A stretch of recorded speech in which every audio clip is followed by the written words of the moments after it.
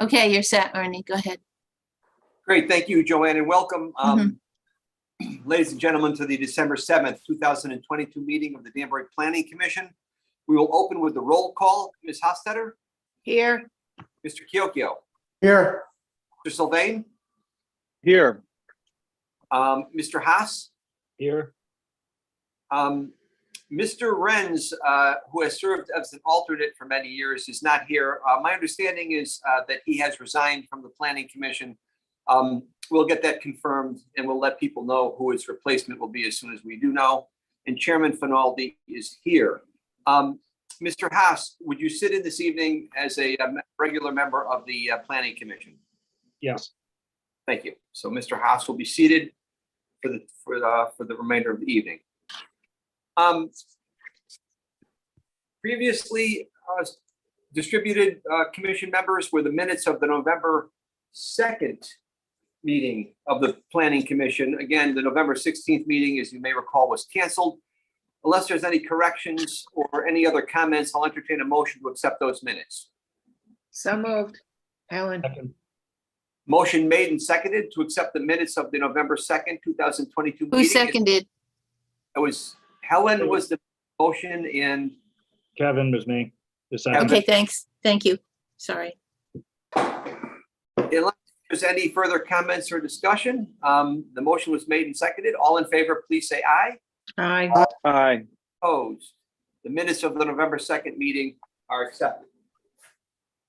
What I'll do now is read the virtual Zoom meeting intro that I read at every meeting. This meeting of the Danbury Planning Commission is being held on Zoom as a virtual meeting. Even though this meeting is a virtual meeting, members of the public and interested parties continue to have the opportunity to participate in the meeting in a couple of different ways. You can participate via Zoom and see the audio and the video, or you can call in by phone and participate via audio only. Please be aware that we may have to mute your microphone or telephone in order to avoid an echo or some other background noise. Instructions on how to participate in the meeting appear on the City of Danbury website, and all of the documents and materials that apply to the matters to be discussed during this meeting, including the agenda, are also available on the City of Danbury website. As always, if you have any questions regarding how to participate in the meeting, please contact the City of Danbury Planning and Zoning Department. As a reminder, the entire meeting will be posted on and can be seen on the City of Danbury website. We will follow the posted agenda as per standard practice. If prior to the meeting, any questions or comments on agenda items were submitted via email to the Planning and Zoning Department, those comments will be read during the appropriate portion of the meeting. Finally, please remember that technology glitches sometimes do occur. Please be patient if that happens. For the record, Commission members, our next meeting is scheduled for January 4th, 2023. So this will be our last meeting, with the exception of, and you'll note on the agenda, there will be a special web-based meeting hosted on Zoom on Wednesday, December 14th, 2022 at 7:30 p.m. for the purpose of holding a public hearing to consider the adoption of Innovate, City of Danbury 2023 Plan of Conservation and Development. So we all worked very hard on that, and that meeting will be again on Wednesday, December 14th at 7:30 p.m. We welcome all to attend.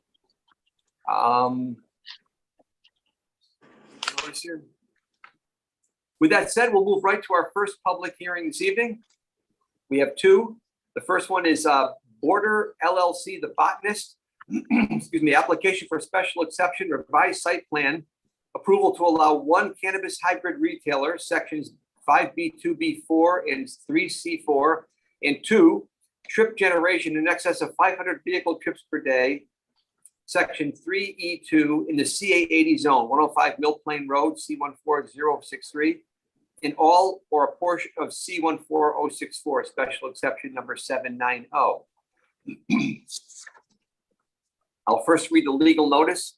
Legal notice is hereby given that the Planning Commission of the City of Danbury will hold public hearings commencing at 7:30 p.m. on Wednesday, December 7th, 2022, in a web-based meeting hosted on consider the following matters. Border LLC, The Botanist, application for special exception, revised site plan to allow one cannabis hybrid retailer, sections 5B2B4 and 3C4, and 2, trip generation in excess of 500 vehicle trips per day, Section 3E2 in the CA80 zone, 105 Mill Plain Road, C14063, and all or a portion of C14064, special exception number 790. Copies of these applications are on file in the Planning and Zoning Office for public inspection. Parties in interest and citizens shall have an opportunity to be heard at this time. Agenda to be posted will include instructions on how to access the Zoom meeting and application materials and view the meeting in real time on YouTube. Arnold Leafinaldi Jr., Chairman, posted on city website and town clerk's office on November 23rd, 2022. Published in the News Times on November 25th, 2022 and December 2nd, 2022, purchase order number 2022174. Commission members, most of the material that pertains to this application has been previously distributed via email, including the staff report of November 22nd, 2022. Is there anyone wishing to speak in favor of this application? Attorney Mizuko. Yes, good evening. Good evening, Mr. Chairman, members of the commission. My name is Ward Mizuko, a lawyer here in Danbury, and I'm pleased to appear tonight on behalf of D&B Wellness LLC, which is a tenant of Border LLC. Just a little bit of history, and I know that the staff report from Jennifer Rinaldi was very complete, so there's not much else to say by way of history, but as you may recall, this commission back on March 3, 2021 approved a special exception for medical marijuana dispensing facilities, and you had previously recommended approval of the regulations that enable those facilities. And with the chair's permission, I have some slides that I could call up on the screen and might explain things a little more quickly. Thank you.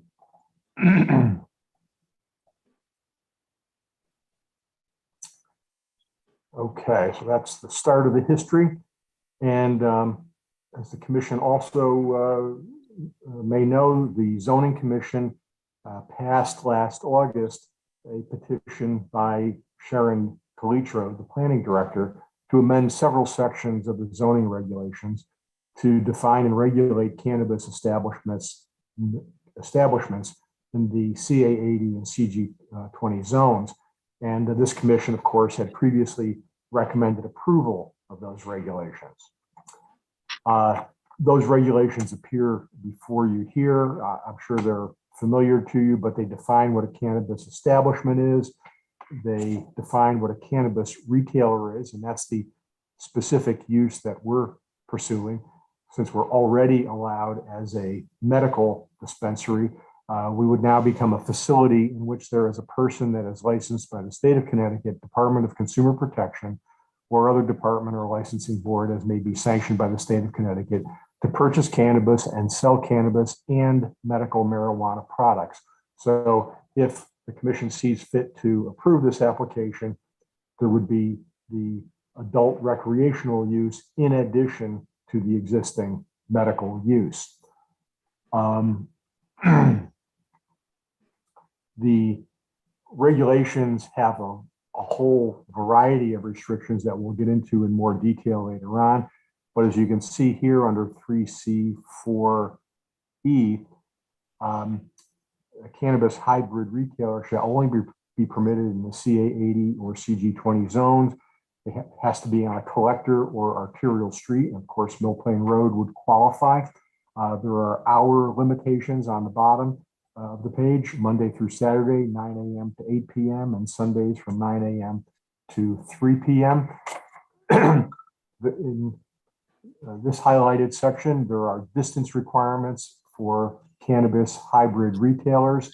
As I'll illustrate in a few minutes, we meet all of the distance requirements that the planning department thought to impose. And there's a variety of other requirements that will probably come up in the explanation to follow that we meet. So why are we here tonight? We're here before the commission to seek two special exceptions, one to be a cannabis hybrid retailer and the other because trip generation will be over 500 trips per day. And of course, with that comes site plan approval. So what would change? What would be different? Really nothing. The building would look exactly the same as it does now. Site plan would be virtually the same. Instead of having one type of customer, a medical user, there would be two types, medical and adult use patrons. And under the state law that this comes from, medical patients would be given priority, as that would be a principal focus of this operation. Excuse me. The building is all familiar to you. It's the former bank on Mill Plain Road, number 105 Mill Plain, at the base of Old Ridgeberry Road. This is a view of the front of the building, the northern elevation. This is a view of the, this is the west elevation. This is the eastern elevation. And last is the northern elevation, which is the rear of the building. And as you can see, it formerly had a bank drive up, but that would not be, a drive up is not part of our application. So where exactly is this? Here we have Mill Plain Road. The I-84 highway is right here. Old Ridgeberry is here. The exit ramps for exit 2 come right off here. 2B circles back up to Old Ridgeberry. 2A goes down to, I guess, Sawmill Road, which goes to Mill Plain Road. Here is the shopping center where you have the Starbucks and the Trader Joe's and Staples, large commercial use. The subject property is right here, already labeled The Botanist. There's a storage facility behind it. Rosie Tomorrow's over here. A bank roughly across the street. Commuter parking area over here. Filling station here. So as you can see, it's a highly developed commercial area in which the subject property is located. Behind the property, and you'll see this more later, there are some residences way back here, but they're separated by this vast wetland area, as well as the train track, which runs along here. We'll see that better in just a moment. Yes, so here in yellow is the subject property. There's Mill Plain Road. There's the shopping center with Trader Joe's that we saw. Here is all the wetland in the back that separates us from the single family residential neighborhoods. Rosie Tomorrow's restaurant is over here. Here's that storage facility. And so again, this is a highly developed commercial area, and residences are quite a distance away. It's a very isolated commercial property. Now, unfortunately, when I incorporated the site plan into the PowerPoint does something to it, and it renders it kind of unreadable. And that's not going to help you very much. So if I may, I'm going to stop sharing this and share a different screen so that Ralph Gallagher can tell us more about the site plan. This should be a version that you can see. No, that's not the one. My apologies.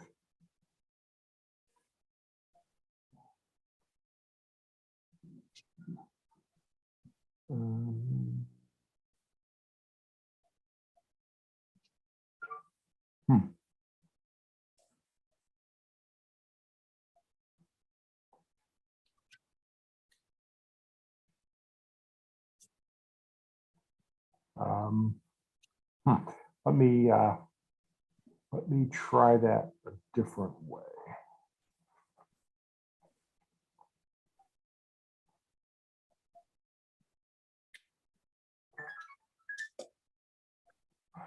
Let's see here.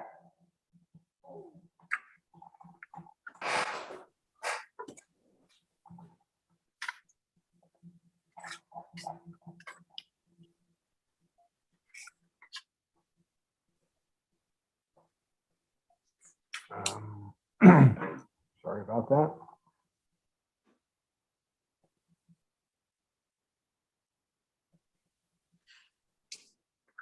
Or do you want me to share it from the email you sent me earlier? I think I've got it right here.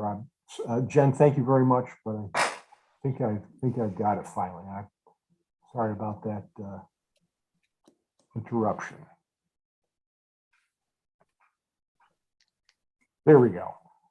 Okay, so this is the site plan. Again, we're on Mill Plain Road. Ralph, if you can help to explain what, if anything, is different here from the existing facility. Sure. Good evening. For the record, my name is Ralph Gallagher. I'm a licensed professional engineer with office on Mill Plain Road. We did the site plan, as Attorney Mizuko said, a couple of years ago, or a year and a half ago, for the medical marijuana dispensary. At that time, we had a parcel that was slightly less than you see now.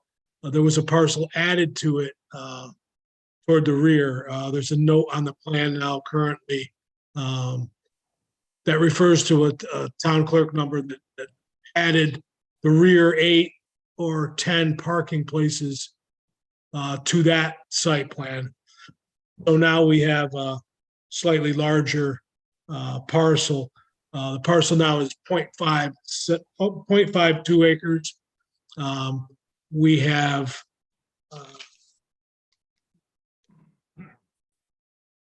well, the inside of the building hasn't changed, but we had to modify the cannabis hybrid retail pharmacy, the office, pharmacy area, storage, and common areas. So they've been modified per Ms. Emminger's staff report to you on November 22nd.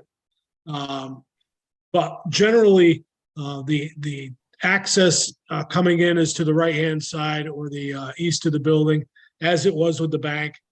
The traffic goes around to the rear of the building and comes back out the west side of the building, just as it did for the bank. We have parking spaces, as you see. We have 5 on the right side and then 10 further down on the right, 6 to the rear of the building, 8 on the very, very rear of the property. The drainage existed. We modified the dry wells, so we have stormwater management and stormwater detention, and it works very well. There's some really heavy rains. There's no water. It's all Hinckley gravelly, what you would call bank run gravel soil in this entire area. The existing sewer and water did not change. We have city sewer and water out front. There's a well on the property also. I believe that was a water source previous. I think that's going to be connected to city water. Not 100% sure about that. We were also had, based on the staff report review, we had modifying, as I said, the areas of the functions inside the building, along with the parking requirements, the trip generation, the loading, and all that stayed the same. We have added the lighting table per the architect. We added, per the fire marshal, we've added around the west front and east side of the building, we've added the 3-foot fire lane required. We've gotten a clear letter from Miss Kelly Green at engineering. That's something. We have all the reports that have come in seem to have been positive. And again, the staff report, we went through every item. We added the notes about no bus stop within 500 feet. If you go through Jennifer's staff report, there were a few things in the comments, and we addressed every one, like the breakdown of the interior space, the notes to be added regarding cannabis, hybrid retail as the principal use, the statement of the bus stop, which I mentioned, lighting, which I mentioned, the a note that says no cannabis shall be applied, ingested, or consumed inside or on the premises. We've got that note on the plan. Traffic issue. They want us to show the proposed sidewalk to go all the way across the front, even across the two driveways, so we've done that. Northeast landscaped island was proposed. I didn't have a tree, a plant in it, or call it out to be grass. So it is now called out to be grass, and it has a 2-inch caliper tree. Let's see. The existing use, I've changed to, instead of saying office or whatever, it's medical marijuana dispensary. We've done that. And down at the end, the note was added regarding the survey, TC map survey that combined the two parcels. And I believe that encompasses everything from the staff report from the planning department. We went through drainage, sewer, water. Building hasn't changed, as Attorney Mizuko said. There was no grading, no excavation, no outside work. And that's basically it. If the commission has any questions, certainly be willing to answer anything you have. Thanks, Ralph. Mr. Chairman, if there are questions about the site plan, I'll keep it up. Otherwise, I'll move on to other slides, whatever the commission would like.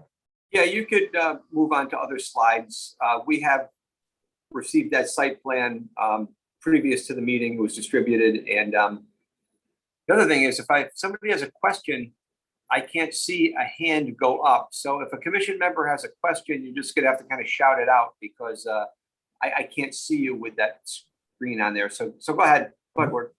There we go. Now I can.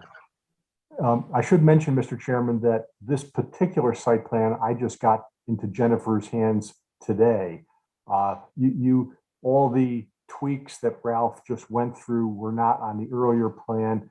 Jen and Ally pointed out what we needed to add, and Ralph did that in the plan that you have. So Jennifer hasn't had a chance to review this at this stage. Okay. So if there are no questions, I'll move on to other slides, if that's okay. Any questions from Mr. Gallagher at this point? I think we're good. Kyo.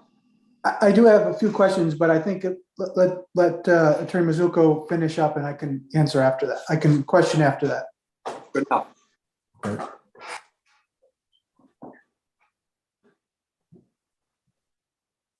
Okay, we'll get beyond that version to the floor plan. There's a basement area, largely storage, a second story, largely offices, and then the customer area on the first floor. Al DeMaca should be on the call here. Al is a pharmacist with the applicant, and he would be best able to describe what goes on when a customer comes in. I thought that might be of interest to the commission. Al, are you available? Yes, absolutely. Thanks, Ward. For the record, Al DeMaca from 53 Old Rod Road in Colchester, Connecticut. Yes, I'm a pharmacist, dispensary pharmacist. Been with the cannabis industry since its inception in 2014.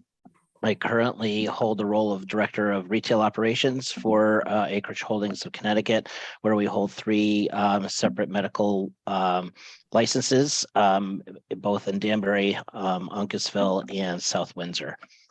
I can go through this. I have a plan on my computer. I don't know if I can share that. Maybe it'll give you a little bit more clarity on sort of the workflow. I mean, the patient flow. I'll get rid of this. I'll take it off. Go ahead, Al. You wanted to share yours? Yeah, please. Can you guys see that? Yes. Yep. Okay, great, great. So the patient or consumer will be entering the building from the front, where they will be greeted by our reception staff. There will be 2 separate windows, one for adult use consumers and one for medical patients. We will have to check identification for all patients to make sure that they are of legal age. If they are a medical patient, they will still have to present their medical ID card as well. Once that is verified, they will be buzzed into the retail floor space, where they will be directed to one of 2 areas. If they are a medical patient, they will be escorted to the back of the floor, where they can have a little bit more privacy where they can speak to one of our pharmacists or our technician staff for their medical needs. We do also have a consult room if they need a private consultation from one of our pharmacists. And then for adult.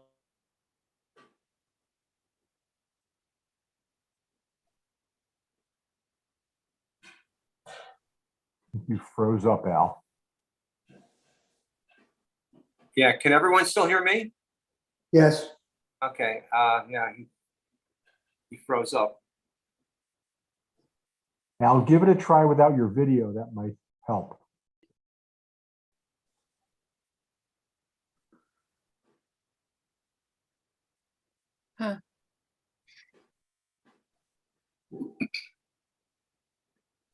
Joe, you want him to leave the meeting and then try to come back in?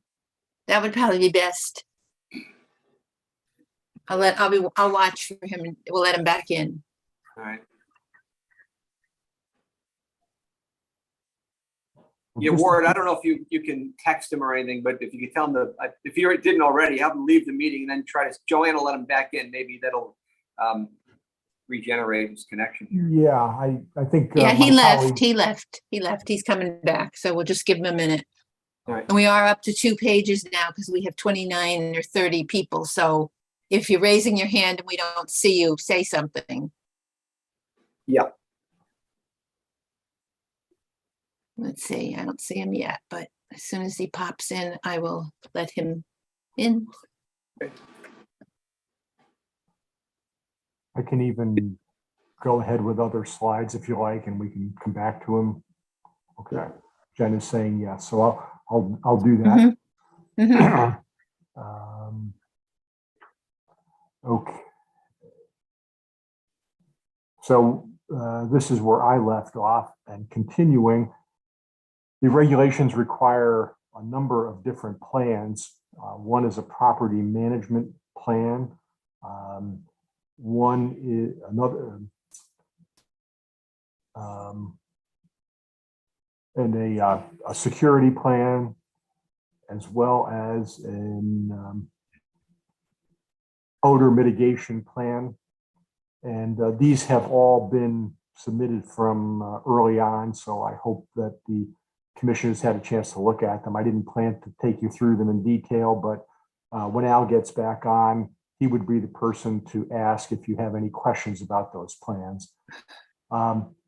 Traffic, of course, is the second leg of this application, where in a moment I'll call on Greg Del Rio to drill down on this, but the traffic study that we submitted with the medical marijuana application has equal relevance to the current application because they both use the same trip generation figures determined by the Institute of Transportation Engineers. Those are, the Professional Association of Engineers who actually survey various kinds of sites and uses to determine what traffic generation actually is instead of speculating about what traffic might be. And of course, given the proximity to the entrance and exit ramps to exit 2, which we saw on an earlier slide, there's very, very convenient access to the site. So Greg, are you able to comment on your information, and do you need me to share anything, or do you want to share anything? Sure, I could share or just speak to it, and then Okay. if we need to share more stuff under Q&A, but you pretty much hit the high notes. That there really is no relevant difference between a medical use and then the facilities that then go hybrid or to retail sales from the ITEs, and they've conducted around 16 surveys. I dug a little bit into their data to see where it was from, and they surveyed in 4 different states, so 16 different facilities over 4 different states: California, Colorado, Massachusetts, and Oregon, where the facilities were surveyed from. And again, as you said, this is the manual. This is the standard that is used to estimate trips generated by all land uses, not just marijuana facilities, the bank, office, residential, etc. So as you said, when we compare the bank uses is actually a little higher in trip generation, in the traffic generated, than marijuana facilities of the same size. So the same square footage, they generate a little bit more than the marijuana facilities do. So, just circling back to what you've indicated, that there's really, no difference no significant difference in the trips generated because of the change. And overall, it is less than a bank would generate of similar size. So if there's any specific questions, we can definitely address them later, or as we go along. I'd be happy to elaborate more on any other specific concerns. Greg, this is Arnie. I apologize if you already did this, but just please be sure to state your name and your affiliation for the record. Yep. Sorry, for the record, Greg Del Rio, professional engineer in state of Connecticut, with Hardesty in Hanover. Great, thank you. Yep. 2 other points I wanted to make on traffic. In the event that traffic was more than anticipated because of the novelty of the use or whatever, the regulations provide that we would bear the cost for a period of time of any traffic control by local authorities that may be needed. Also, we have the ability to regulate appointments if necessary, to space out the visits by customers. And lastly, if visits were higher than anticipated on a prolonged basis, we would have the ability and may develop a delivery service so that customers could place their orders online and then have a van, let's say, go out and make a delivery, so that. Hi instead guys, of sorry having- about that. Oh, Al's back. Instead of Yeah, having 10 sorry. people- I 10 had a people power visit. outage. Okay. Well, while we're on traffic, why don't I ask Mr. Chairman if there are any questions on traffic that we can answer, and then if not, we can segue back to Al DeMaca. Are you done with your traffic presentation? Yes. Yes, sir. That would conclude our traffic presentation. Well, let me ask, before we go back to Al, commission members, is there any questions for the applicant on the traffic reports before we go back to to Mr. I guess it's Dominica? Mr. Chairman, Helen. the last comment about delivery service, I'm not sure I saw anything in the notes about it. I'm sorry if I missed it. Are there any state regulations around that and, that have to be considered and brought into better clarity and definition if that's a backup plan to utilize? Yeah, there's nothing in our materials so far. This was a question that someone raised with me before the meeting, and I just wanted to react to it off the cuff. There's no plan currently to have deliveries. If the demand by customers was at an exceptionally high level in the future, it could be, the applicant might consider deliveries to reduce visits, but that's not a high priority thought. Okay. But That's I'm fine. sorry. I have a related question, one more. Yes, So in ma'am. the original dispensary application, I think, and I could be wrong about this, I think there was discussion about pre-ordering and then calling in that you're in the parking lot, and then somebody would go out and hand, the dispensary material over. Did that come to fruition in the dispensary side or not? And is there any plan for that, or is it even allowed in the retail side? Al? Looks like Al wants to answer that, but I believe the answer to that is yes. I've seen some of the comments on the website.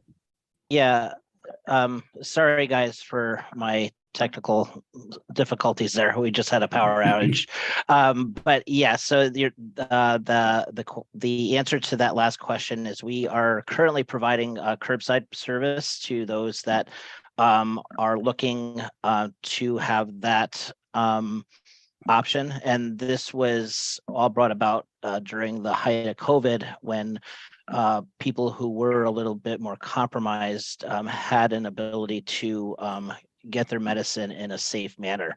The state did allow that, and we continue to provide those services to those who maybe have difficulty entering the building or have some other reason for not entering. So we do still provide those services. As far as the delivery itself, the state will be awarding delivery licenses to individuals, and at that point we will determine if delivery would be needed, and we will be contracting out to those individuals.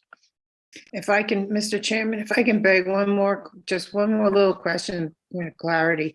So the dispenser side, you're still providing sort of a curbside service, but on the retail side, are you planning to do the same thing? And is that allowed retail wise?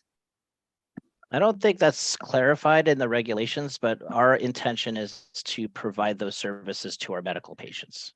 Just your medical patients? Correct. How would you would tell a medical patient from a retailer from the same way you would if they walked in the door, I guess, is that correct? Yeah, they would have their identification stating they are a medical patient. Okay. All right. So it's limited to the dispensary side at this point. Mhm. Okay, thank you. Al, do you want to share your floor plan again so we can? finish Yeah, up? sorry, how far did I get? Well, you described how the medical patients were handled, and I think you went off track with the adult use patients, adult use customers. Okay, so does everybody see the floor plan again? Yes. Okay. As I stated, the patient or consumer enters our facility in the front of the building where they are in a vestibule area. There will be 2 windows, one for adult use patients, one for our medical patients. And they will, if they are our medical patient, they will provide us that identification. Adult use patients will provide us a valid form of identification to verify that they are over 21 years or older. At that point, they will be buzzed into the dispensing area or floor. Our medical patients will be escorted to the back of the floor where they have a bit more privacy to speak to our dispensing staff and pharmacists for their medical needs, while the adult use patient will be directed to the front of the registers. We'll have 6 available, so there will be the flow will be pretty efficient, and they will be, the transaction will be pretty quick, and they can exit the building at that point. Right now, our transaction times are within 10 minutes, and we don't see any change in that. We do run a pretty efficient business. We do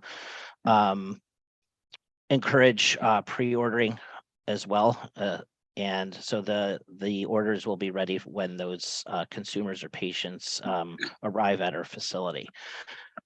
We will also have kiosks available for those patients who want to place orders on a kiosk, much like you see in now in like a modern day McDonald's, where you just go to the kiosk, place your order, and then it will be called up to the register when your order is completed.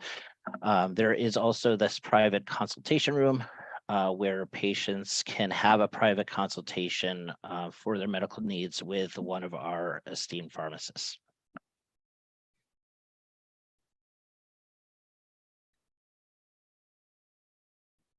Any questions on sort of the patient flow? Questions, commission members? I guess not. Okay. Thank you, Al. I may have spoken too quickly before. I might have referred to some of the adult use patients, but they're adult use customers. Those are to be distinguished from the patients, which would be medical marijuana customers. So back to traffic, and my apologies for skipping around. We left off with this slide, and I wanted to point out that the city traffic engineer has already reviewed the traffic reports that Greg Del Rio submitted. And it's noteworthy that he concludes that based on the submitted traffic analyses, the proposed development is not expected to adversely impact the traffic flows and the queuing at the signalized intersection of Mill Plain Road and Old Ridgebury Road. No other comments related to this project. So that's a very significant declaration by the city's chief traffic expert. And so I think that goes far in satisfying some of the traditional requirements for a special exception, which we'll get to a little bit later. In addition, I've submitted a slide, a plan that Jennifer got earlier today, and of course hasn't had a chance to look at, but we have a simultaneous conversation going with the Department of Transportation, and they've asked for a little, for some signage changes. They want us to clarify that this is an exit only, that this is an entrance only, and they've asked us to slightly modify the curvature of the traffic islands. This is already reflected on Ralph's site plan, so there's no new information. But I just wanted to let the commission know that we're also satisfying the State Department of Transportation to make sure that they're satisfied with the way we deal with traffic. Early on, I mentioned that I pointed out the regulation that we have to be at least 500 feet from certain uses and 1,000 feet from other uses. That's reflected on the area plan that you've seen in the materials that you have before you. This is what the regulations require. No school bus stops within 500 feet.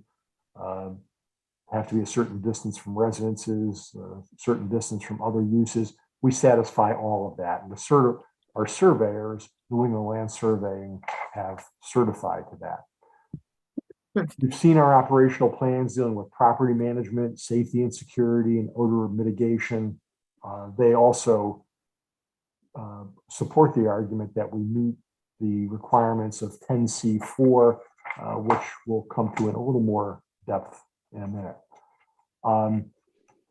The security plan in particular has been reviewed by the Chief of Police, Chief Ridenour, and he says security plan looks okay to me and should be sufficient. for the establishment if properly implemented. So I hope the commission will draw comfort from the fact that Chief Ridenour has approved the security plan. No conversation with this commission would be complete without a discussion of the plan of conservation and development. I won't take your time in reading through this, but there are some, we do comply with the intent of the plan of conservation and development as it pertains to this western end of Danbury. As Ralph mentioned earlier, the feedback from Kelly Green from the city engineer's office is that the plans are generally satisfactory. And I know that she's a very careful and deliberate engineer, so having her approval is very important. And of course, very little on the site is actually changing, which is another relevant factor. So now we get to the classic standards that you'd look for with any special exception. No special exception shall be approved unless the Planning Commission shall have found these 4 factors: that we will not emit noise, smoke, glare, odor, vibration, blah, blah, blah. And there I would point out that we have an odor mitigation plan specifically to address any potential odors. We have a property maintenance plan, which also deals with conditions that could have a negative impact on a neighborhood. The regulations, state and local, prohibit the consumption or use of cannabis on site. So that's another protection. And as you may recall from the earlier slide, we have all commercial neighbors here. There are no residences nearby to be affected. The second requirement is that it's designed in a manner which is in conformity with the physical characteristics and structures of the neighborhood and district. You may recall it's a former bank. Nothing has changed about the exterior of the building. It's consistent with the shopping center, the bank, and storage facilities in the immediate vicinity. The third factor is that we will not create conditions adversely affecting traffic safety or which will cause undue traffic congestion. We have the traffic report, which says that traffic today should be the same as the traffic if the commission sees fit to approve. The DOT improvements, you saw what we're doing with DOT to ensure safety. And the city traffic engineer himself has concluded that we will not be burdening traffic in the neighborhood. The fourth factor is that we will not create conditions harmful to the natural environment or which will jeopardize public health and safety. There are no wetlands, and that's often a consideration with any application before you. No wetlands here to be considered. We have an existing building, so there won't be any construction activity to speak of. The city engineer has already indicated her satisfaction. Ralph indicated that the property is served by municipal water and sewer. The fire marshal did require a fire lane around the building. Ralph added that. It's on the plan that you saw tonight. And we addressed all the notes that were identified in the planning staff report. Also, as a further protection to the neighborhood and in furtherance of these 4 factors, our hours are limited to Monday to Saturday, 9 a.m. to 8 p.m. that is, and Saturday, 9 a.m. to 3 p.m. So I believe that we have overwhelmingly demonstrated compliance with these regulations, just as the medical marijuana facility demonstrated to your satisfaction compliance with these regulations last year. Only one hybrid retailer is allowed in Danbury. Of course, we're the only medical dispensary, so we're the only potential hybrid retailer at this point. But other applicants could come along, and we would like to think that the commission would consider this a known quantity, a business with a proven track record, professionalism, operational know-how, and would see fit to act on the application at an early date. We have an extensive and positive history. The only time the police that we called the police to the site were when a medical patient seemed to have medical difficulty, and the police arrived for that. There have been no security issues whatsoever, no traffic accidents that we're aware of. Our personnel and processes are well established and known. The location is conducive to efficient traffic flow, and we respectfully request the commission to consider this at an early date. If there are questions, I and my team would be happy to address them. Thank you, Attorney Mizuko. Commission members, does anyone want to ask any questions at this time, or would you like to just move forward? Mr. Keo. Just a couple of quick questions, and these are pretty much general questions, and probably directed mostly to Al. So, is there any change to the floor plan from what you had before to what you have going forward? And then, are the medical dispensary products different from the retail products? And kind of, do you expect a different customer demographics to change? Just trying to understand kind of the customer and the product there, how that might change from what you have today. Sure. So let me attack this one at a time. So as far as our floor plan, it's not going to change that much, except putting in kiosks to help facilitate transactions. We currently have 9 registers in that facility, but we're really only using 4 to 5 currently. So the other registers were there with the intention that we would potentially go to a hybrid model. So the floor plan is not going to change that much. The flow of traffic will change a little bit. Currently, where we process transactions is in that front area, those registers closer to the exit. The medical patients will be escorted more to the back of the area where they will have more privacy. The second question was the product selection.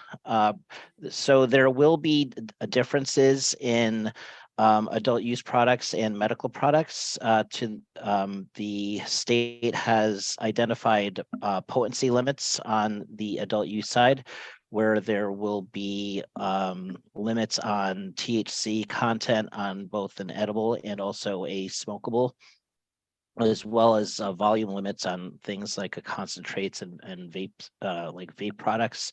Meanwhile, medical patients will still be allowed to have those higher potency products, including higher THC content edibles, oils, vapes, and higher THC potency flower. But those will only be available on the medical side. Got it. We're really not sure yet as far as will the products that could be sold both in the medical or the adult use side, how they're going to be labeled. The current product selection we have, would that be able to be sold on the adult use side? We're not really sure yet. We haven't gotten clarification from the state. But there will be differentiations between the two products due to their potencies. And thirdly, your question, what was your third question? I'm sorry. It was more about any demographic changes in the customer base. We don't. So as far as our medical patients, we see a variety of patients from pediatric patients all the way to patients that are in their 90s. And we probably will see a lot of different types of clientele on the recreational side or adult use side, because people are going to be trying this for the first time. And remember, we are a hybrid model, which means there will be pharmacists on site at all times. And that's a regulation. And we will have for not only one, but multiple pharmacists working there throughout the day to even guide our adult use patient to the correct product. Is the pharmacist requirement just for the medical side, or if you were just a straight adult use retailer, would you need a Right. pharmacist on site? Correct. That is correct. So the pharmacist is only mandated in both either a medical establishment or a hybrid establishment. They're not required in a recreational shop. Got it. Thank you. You're welcome. Anything else at this time for the applicant? Is there anyone else wishing to speak in favor of this application? Anyone else in favor? Is there anyone else wishing to speak in favor of this application? Mr. Chairman, Is there any? Yeah, go ahead, Paul. I have a few comments that I would direct through the chair. Paul Rotello, 13 Linden Place, Danbury, Connecticut. I'm a member of the City Council in Danbury. I am a ward representative. There are 7 wards in Danbury. I represent ward number 6. And while this application, the building for this application is not technically in ward number 6, it's on the border. And putting aside philosophical issues about the business of marijuana and selling it in Danbury, my constituents, a large minority of them, approximately 20 to 25%, have to use Mill Plain on a daily basis. So traffic is a preeminent concern. And I'm glad to hear that at least under the estimates, the previous tenant of that building, which was a bank, had more traffic, theoretically, I suppose, than this proposal. So this would be a move in the right direction. But there is, as Attorney Mizuko mentioned, the novelty aspect. And there is some concern, since this may be one of 2 dispensaries or retail outlets in Danbury, and it may be years before another one opens up in the region. There's a moratorium in Eastern New York State, and I believe Stamford may have one, Torrington may have one, but this could conceivably be the only one in a 10, 15, 20-mile radius. So one could presume, in spite of those traffic estimates, that there would be a heavier amount of traffic, simply because this is one of the few outlets. So I was pleased to hear Attorney Mizuko say that in case traffic is a concern, the responsibility for mitigation would be on the applicant, and I would hope that they would take that seriously. Another issue is the parking. I've been by this dispensary since it's opened many times, and I have never seen a traffic issue. But again, once we start adding adult use retail, we are a little bit concerned that there may not be enough parking. So I just wanted to clarify through the chair about the issue with curbside delivery. Would that apply to recreational, adult use products, or would that still be restricted to medicinal? Because it seems to me, if someone pulls in and parks and shops for 15, 20, 25 minutes versus somebody pulling in and waiting 3 or 4 minutes for an order to be delivered, the turnover would be that much greater with curbside delivery and traffic. The more vehicles could be handled in that situation. So through the chair, if you would, I'd like to have that clarified. Can curbside delivery also be applied to recreational adult use? Thank you, Mr. Chairman. You're welcome, Paul. Mr. Dominica, what we're going to do is I'm going to call the opposition, and then assuming we'll hear their questions too, if there is any, and then I'll allow you to respond to that question from Mr. Rotello. Thank you, Paul. Is there anyone else wishing to speak in favor of this application? Is there anyone wishing to speak in opposition to this application? Anyone in opposition? Anyone wishing to speak in opposition to this application? Hearing none, Mr. Dominica, if you respond to Mr. Rotolo's question. Sure. Those are all valid questions, Paul. So as far as the curbside question, our intention is to limit curbside services to our medical patients. That is in our medical preservation plan as well.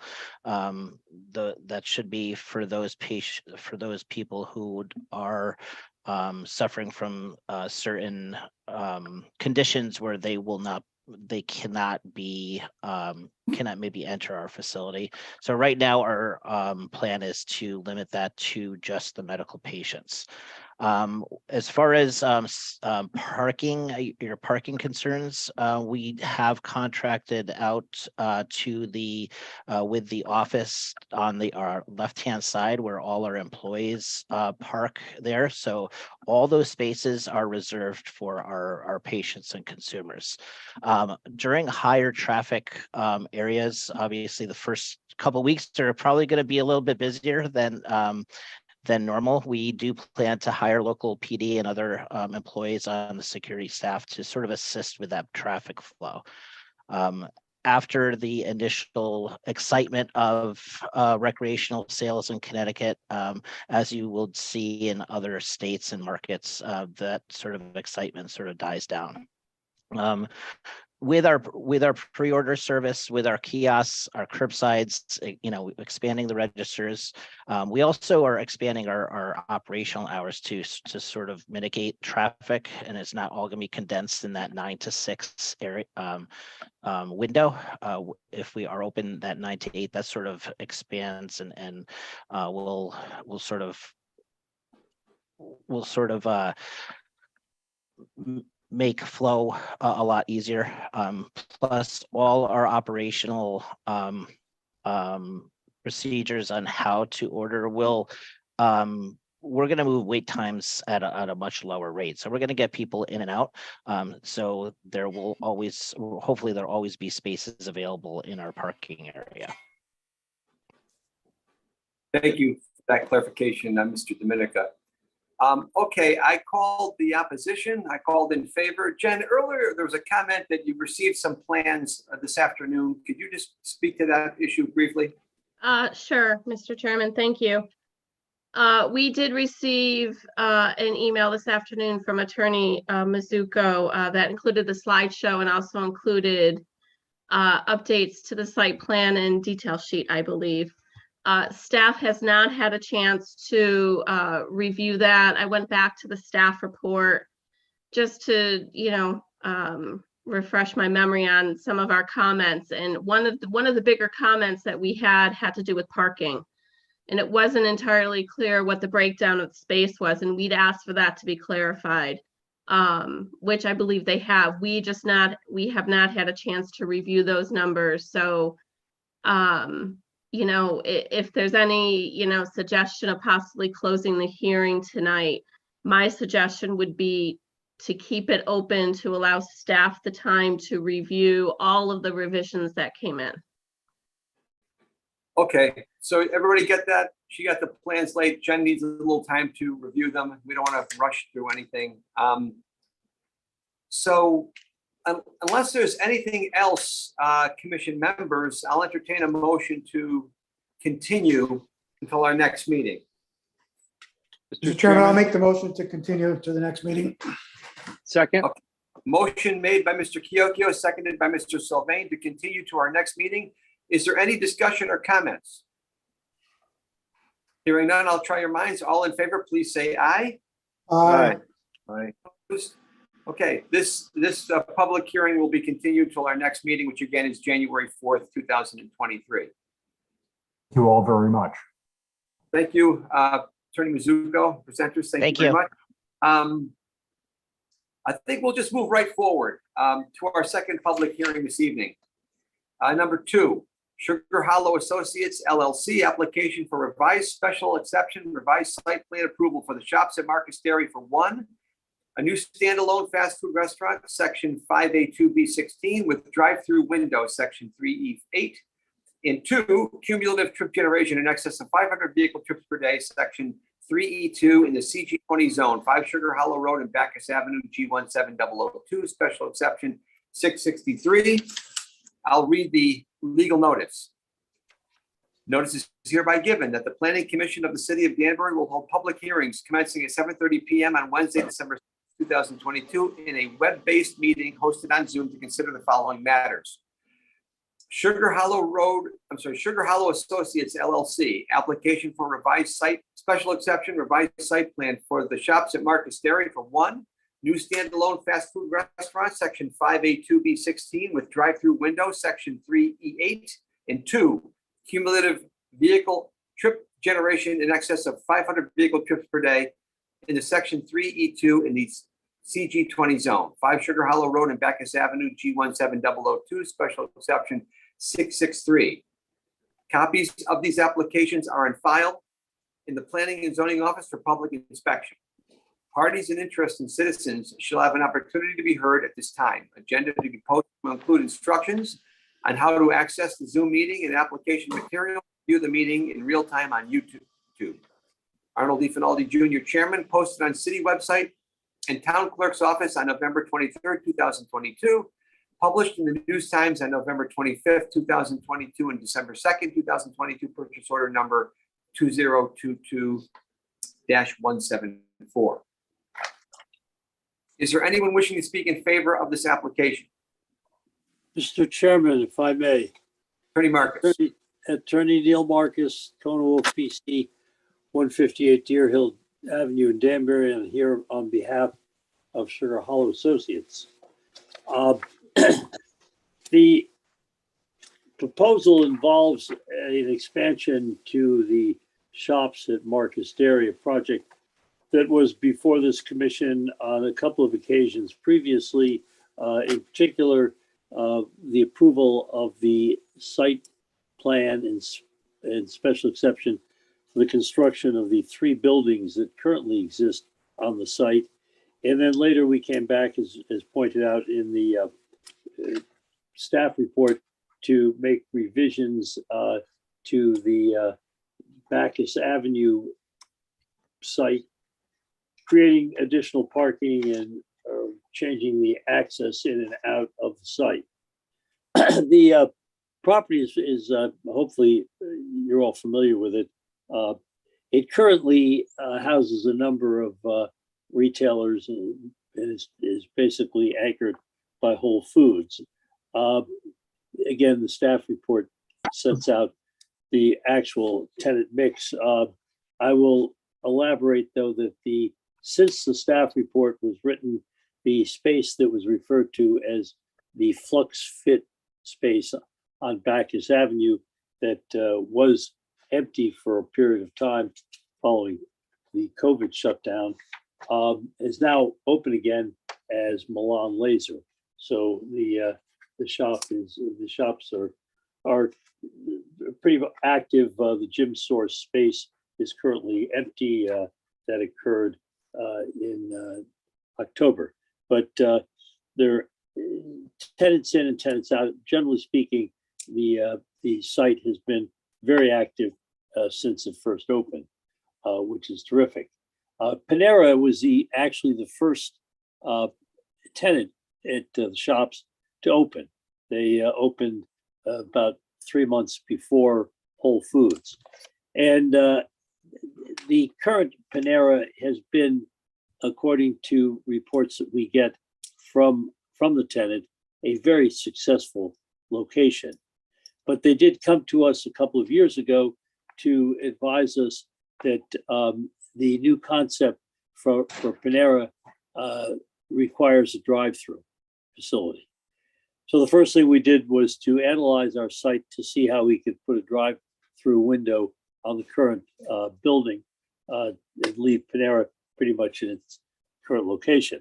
And quite honestly, it just doesn't work. And I'll credit Dinas Fabricus, who's on the call, and will speak to you in a couple of minutes, with a lot of creative imagination as to how to try to get that to work, but it didn't work. But what we did realize is that we could put a separate freestanding Panera drive-through on the site And that's what's before you today. It's a tenant-driven request, basically to keep them in the shopping center. And at the time that we first talked to them, they were looking at what was going on over at the Danbury Fair Mall with the proposal to put in, and actually the subsequent construction of 2 restaurants in the parking lot that currently exist. And there was some suggestion that there was potentially space on the Macy's side of the parking lot for another drive-through restaurant. We, of course, were anxious to keep the tenant. We're anxious to have a good relationship with all our tenants. And we actually felt that our site was actually a better site for that type, for Panera and the type of restaurant that they envisioned. So again, that's the derivation of the project. We went to work. We came up with a building that's approximately 4,000 square feet. It'll be located in the corner of the property right next to where the existing Panera is located. And I'll let Dinus walk you through the site plan, but we developed a proposal that meets with our tenants' needs, and it is, and they've been particularly active in the design. The interior space that they've set out is, again, a prototype that they use. So that generated our proposal, and is the staff report correctly indicates the site, the proposal is to have a special exception to create the drive-through facility, and at the same time to amend the current site plan for the shops. And in conjunction with that, we need to address the floodplain proximity. And again, Dinus will talk about that. Is it is now a separate floodplain application required by the regulations. So that's just a quick overview, and I'm going to ask if Dinus is on. I see him. Can you pick up at this point and run us through the site plan? Sure. Good evening. For the record, Dinus Verbicus, professional engineer with Artel Engineering Group here on behalf of the applicant. And I'll walk you all through the site plan, if I may. Am I able to share the screen, please? Go ahead. Okay. Yeah. Working on it. Well, after Ward Mizuko exhibited the skills that lawyers have with these technical issues, Dinus, I'm hoping the engineers do better. Oh yeah, I gotta do well for our profession here. Because this lawyer doesn't even try.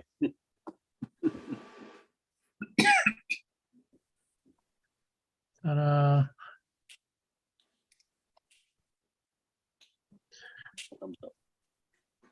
How's that? Good. Got it. That popped up. Terrific. Terrific. So what I've got on the screen currently is the aerial view vicinity of the shops, and I'll share that a little bit better with you here so you can kind of see what a bird might see. If I could only scroll this up. So the shops at Marcus Dairy overall site plan is as I am tracing around and hashed and is bounded by Backus Avenue to the north, the on and off ramps to Interstate 84 to the south and west, and then Sugar Hollow Road is on our east. The location where we are proposing to place the Panera is in this western portion of the site. And I'll scroll right into that site plan next. This is a survey. So here's the overall site plan. And again, you'll note, again, Bacchus Avenue is to your right, Sugar Hollow is at the bottom of the screen, and the off-ramps are to your left. The main building and current location of the Panera is where I am indicating here on this largest of the 3 buildings on site. And the Panera is highlighted again in the western portion of the site. And you'll note the building is slightly angled. This positioning is such that it provides a clear view to the tenants all in the existing building, and provides for nice entry and access into the drive-through lanes from Bacchus Avenue, where we think a majority of the vehicles utilizing the drive-through would enter the site. I'll go now to the next screen to make it a little clearer. And this will just be a blow up of the proposed Panera on a site. And you'll note building is rather rectangular in shape, about 4,100 square feet. And the drive-through lanes, and I say lanes because they have the provisions for millennials and or people who can order, not me, of course, online and zip through, bypassing the wait lines, and come right to the pickup window, which would be located on the eastern facade of the building. And of course, there's the line where I might wait to place my order at the order board and wrap around in an anti-clockwise manner. The existing shops at Marcus Dairy site currently has about 488 parking spaces. And prior to even considering placing an external building on site, the Sugar Hollow Associates had hired someone to actually do as-built of all the buildings and all the tenant spaces to determine how much space was utilized for retail area, for office area, for storage area, and mechanicals and such. And it was based on those as-built that we were able to determine that the shops at Marcus Dairy quite over parked as far as parking requirements. So the required parking for the site overall is 411 parking spaces, and we will be providing 423 parking spaces. So we've got a bit of a surplus to what is required. So the Panera building itself, again, angled and facing somewhat towards Bacchus Avenue. The main entrance to the Panera will be in this northwestern corner of the building. And immediately to the left of the main entrance is the patio area. We're going to have several outdoor dining areas for people to enjoy what they purchase. We've got a considerable amount of green space that is being realized by this relocation or rotation of the building, and elimination of existing parking spaces. But we're able to get quite a bit of green space to buffer ourselves and our drive-through from the parking areas and from the other tenant spaces on site. Handicap parking is proposed in close proximity to the entryway, and our loading space and trash and recycle area is located conveniently to the rear door of the building. the drive aisles here, we've got a little sidewalk. So for easy deliveries and easily disposal of trash and recyclables. In keeping with current parking and current site facilities, we have proposed an additional crosswalk for people to walk across the Panera pad site to the remaining portion of the shopping center. And you'll note also we've got quite a bit of sidewalks here, providing ample, adequate walking surfaces for anyone visiting the site. Of course, the site is served by water and sewer, to which we will connect. We are also proposing stormwater management systems, and the stormwater management systems are not so much to control the runoff, because the way things are laid out here, we're actually decreasing our impervious coverage and somewhat decreasing our runoff. However, to elevate the building above the flood elevation, and to compensate for some of the fill that we're placing, we're creating underground volume storage for our stormwater and runoff and water flows associated with the Kissen Brook, which courses through the property.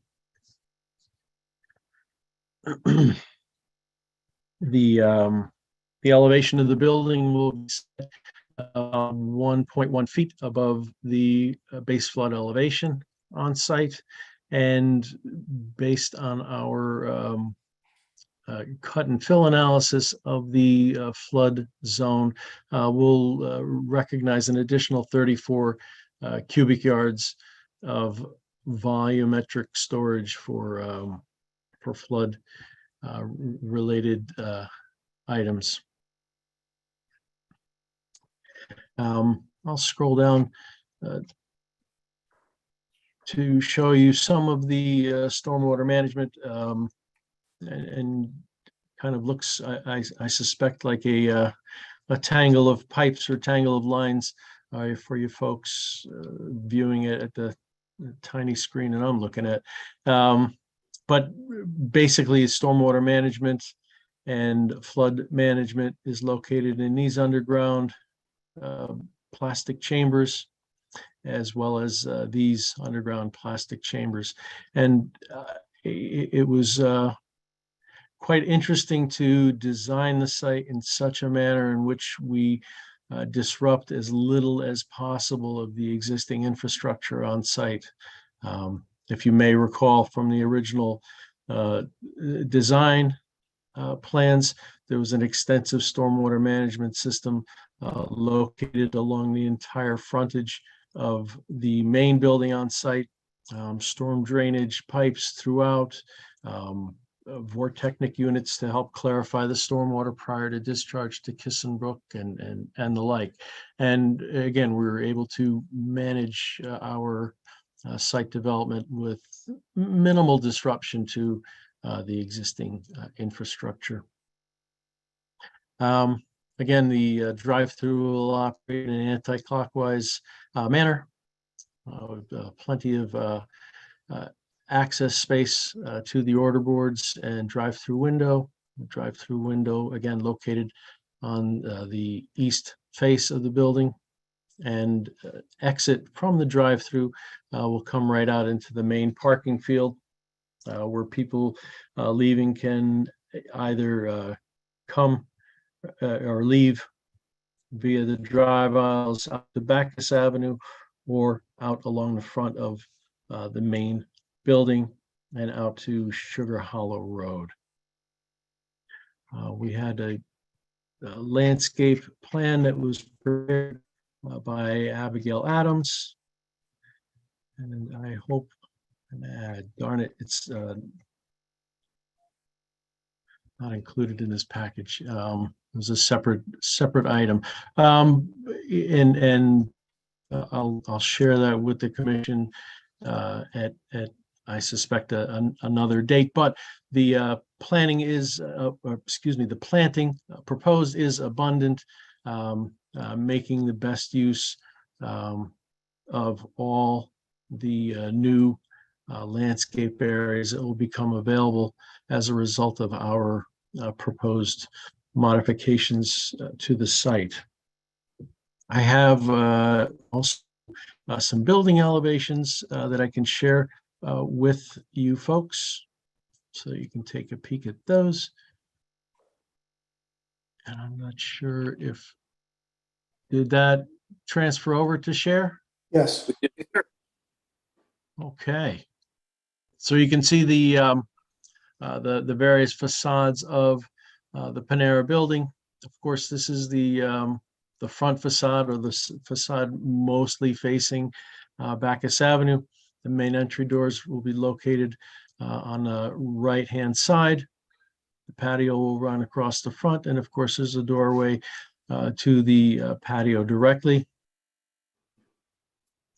And then we've got the side facade as you're wrapping around and going through your drive-through. And I will go back one sheet.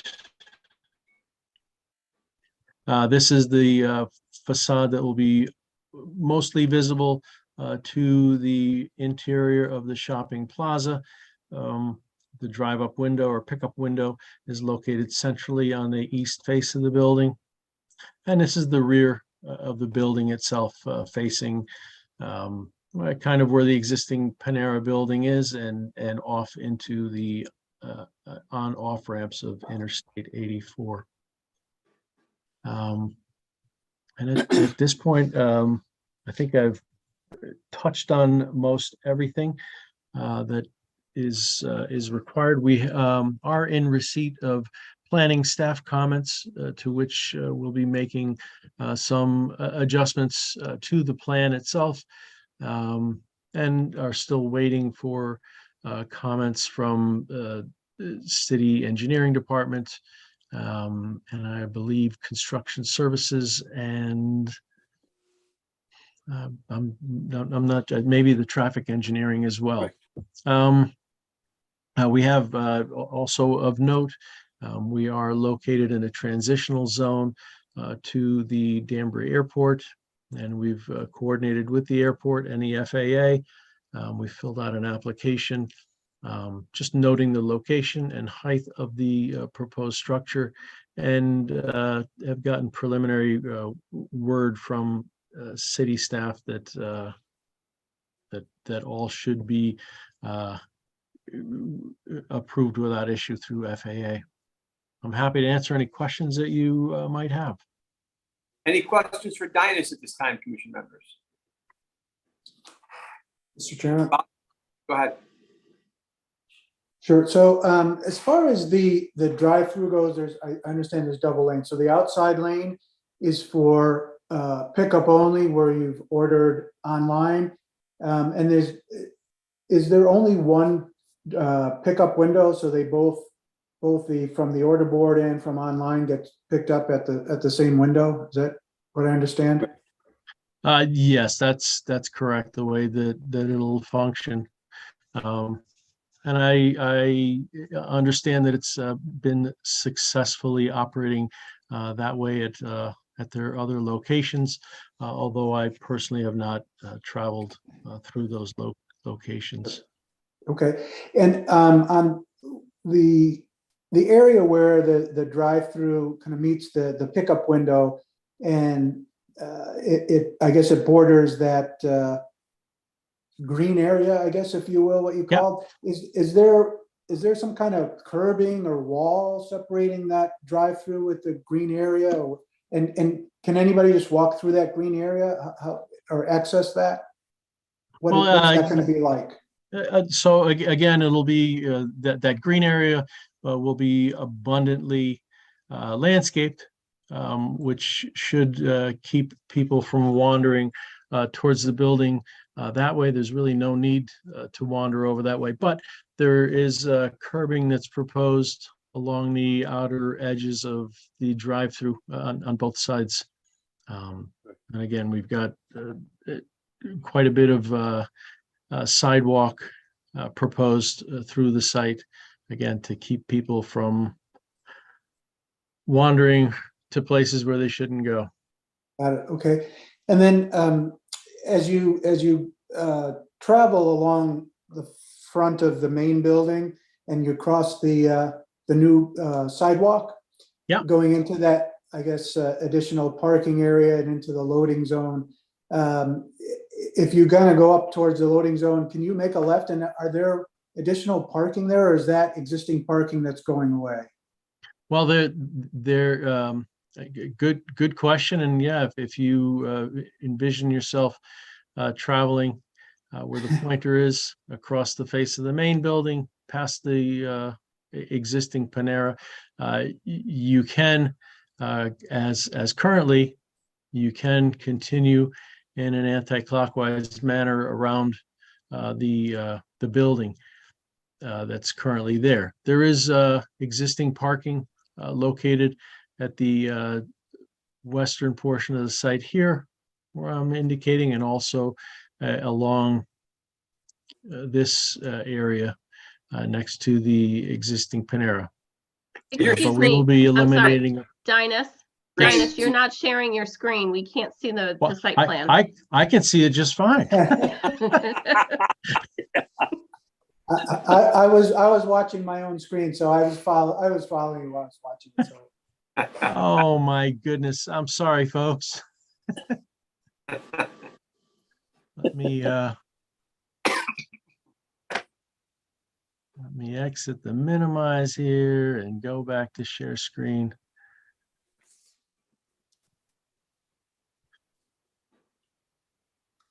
There. I'm sorry. That's And all right. everyone's so lightly. Let me get. Here it is. You're on. All right. So again, as you travel along the face of the existing Panera, Petco, and Whole Foods building, you travel in a westerly direction, proposing new parking spaces here, making use of existing spaces here. And as you get to the west end, you're able to turn to the left and park in any of these, it looks like about 16 parking spaces in this portion of the parking lot.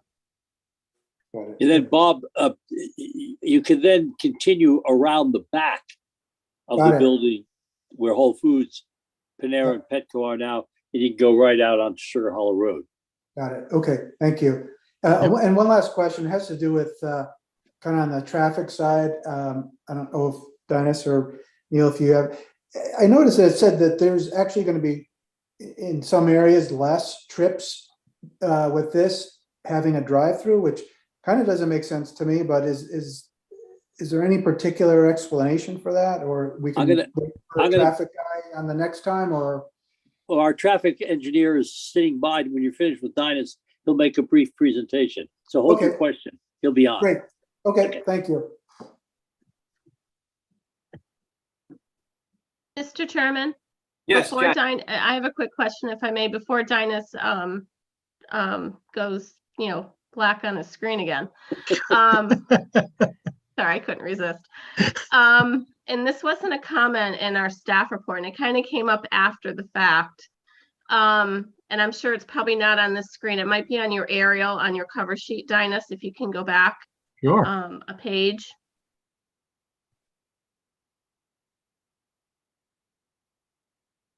Yeah, so maybe pan down a little bit more. I'm looking more towards Sugar Hollow. Yeah. So when the Shops at Marcus Dairy was constructed, we'd gotten significant sidewalks along Bacchus Avenue, Sugar Hollow, that connected to the existing sidewalk network with Chipotle. And then if you cross where the off-ramp is, and you go over to the old Bed Bath Sports Authority, which is now, I think, Nissan Infinity. There is a gap in the sidewalk, and it's not by virtue of, you didn't install it correctly. That's state property. Yes, It's a gap, and we'd like to be able to bring the sidewalk to the ramp and then a crosswalk. I believe, when I'd have to talk to Rob Barone about this, to get you to the sidewalk across from the ramp. And we can talk about this offline, but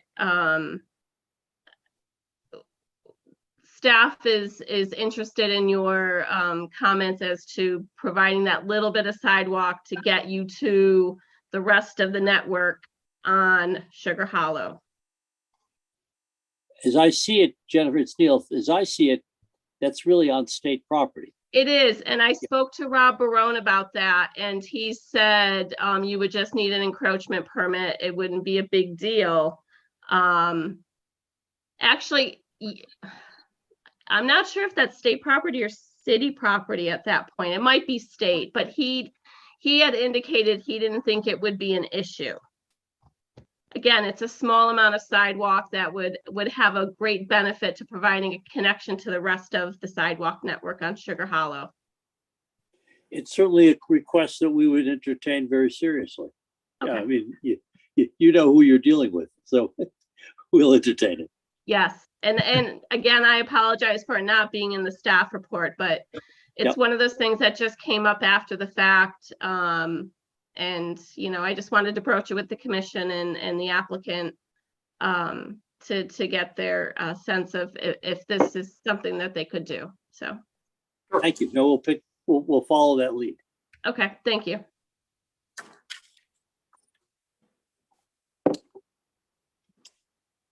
Okay, I guess, Are we finished with Dynas, do you think? that's up to Dynas. Well, Oh it's up- yeah, I'm through. I'm just happy that I'm still able to share the screen. And Mr. Chairman, again, for the record, Neil Marcus, Bob Croce sort of stole our thunder on this, and that is, what exactly is the impact of the traffic impact as a result of this change to the site? Now, interestingly, the fact of the matter is we have Panera on the site, and it's a busy restaurant.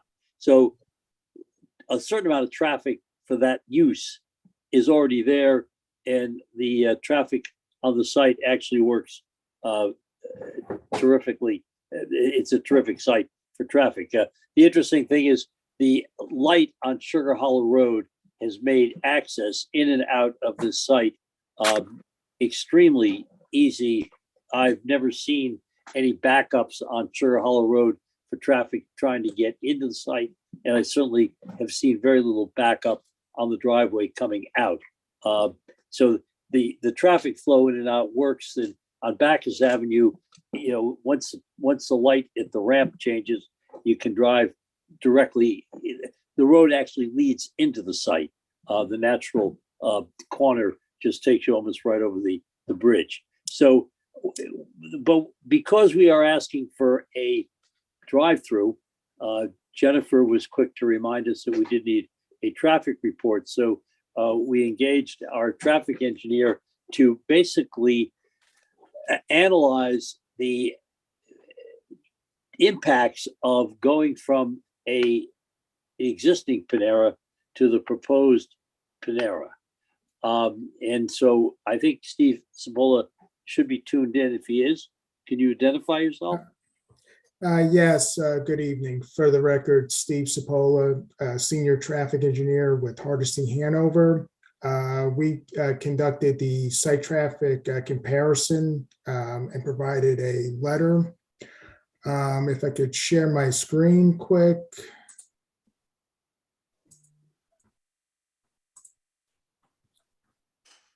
Can everybody see the screen?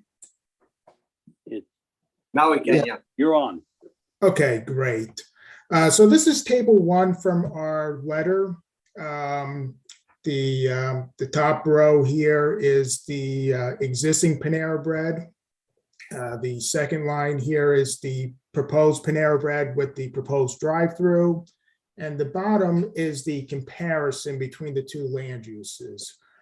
To estimate what the current Panera Bread is generating, we used the Institute of Transportation Engineers, the latest edition, which is the 11th edition, which is industry standard manual that provides trip rates for many different land uses. For this particular land use, we used the rates for a fast food restaurant without drive-through window for the existing Panera Bread. And for the proposed, we used the trip rates for a fast food restaurant with drive-through window. With this type of development, Connecticut Department of Transportation allows us to take a 20% pass-by credit, which is a reduction that accounts for trips that are attracted to the site by existing vehicles that are currently on the adjacent road system that now will that are currently passing the site that now will use the existing restaurant and future proposed restaurant. So the first column here is your total trips, which is directly from ITE. The second column here is your pass-by reduction adjustment. And your last column here is your primary or new vehicle trips that are new to the system, the adjacent roadway system. So for the existing Panera Bread, it's estimated that there's 205 vehicles during the weekday middays or lunchtime, 108 vehicles during the weekday afternoon peak hour, and 176 during the Saturday midday peak hour. And that's for the existing Panera Bread. The proposed with the drive-through is estimated to generate 184 during the weekday midday or lunchtime, 110 during the weekday afternoon peak hour, and 183 during the Saturday midday peak hour. Our comparison indicated that the proposed drive-through actually would have a reduction in traffic during the lunchtime weekday afternoon, and would have a slight increase in traffic during the weekday afternoon and the Saturday midday peak hour.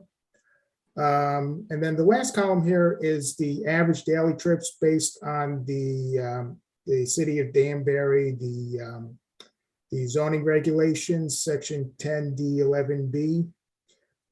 There was no difference between a drive-through, fast food with drive-through or without drive-through. So the average daily trips are estimated to be the same, both for the existing and the proposed Panera Bread. Based on the findings of the site traffic comparison, the additional 2 to 7 vehicles during the afternoon and Saturday are not anticipated to adversely impact the adjacent roadways, Bacchus Avenue, Sugar Hollow Road, or the US Route 7 ramps. And if there's any questions. Questions at this time, commission members, for the traffic report? Okay. Back Bob, to you. did we answer your question there, I hope? Yeah, it looks like the drive-through looks like it moves the traffic from Yes. kind of the midday to the kind of the Saturday and evening when I guess it's a little more convenient not to get out of your car. I guess that's what it does. So effectively no change, but it just moves it around different times. Correct. Okay, and so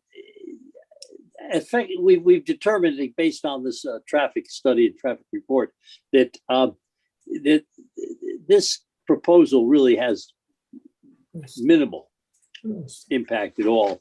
As I say, unlike a lot of sites that we bring before you, that don't exist. This site exists, and we have a good track record, and we have a good handle on how the traffic works. So we're pretty comfortable that at this point, there are no significant modifications to access or egress from the site that are going to be required. We will, as Dinas had said, receive a report from the city traffic engineer, and hopefully he'll come to the same conclusions, but we'll address whatever concerns he might have if he raises them. Again, back to where we started. This is a proposal basically to address a marketing concern of an existing tenant. And during COVID, we saw an enormous rise of takeout at restaurants like Panera. And Panera does that now. I mean, they basically have pre-orders. People run in, pick up their orders, run out. When I eat lunch there indoors, seated indoors, I see a lot of people just come in and out. They have a delivery service they use as well. So this is just a normal extension of their business operation. And as I say, they're a large, extraordinarily large company, and they are a lot smarter than certainly this presenter is with respect to trying to service the needs of the public. So they've determined that this is the drive-through is a necessary way to service the public. I'm the guy who feels that you should park your car and walk in because it's bad enough that you consume all the calories. You ought to at least expend a little bit of energy trying to use them up. But I know people who just swear by drive-throughs, and the commission, of course, knows that I've been here with Dinas actually on numerous occasions doing drive-throughs for Dunkin' Donuts because again, in that industry as well, that end of the business, it's an important feature. So essentially, we're here to add a modest building to a site and offer a different concept for service.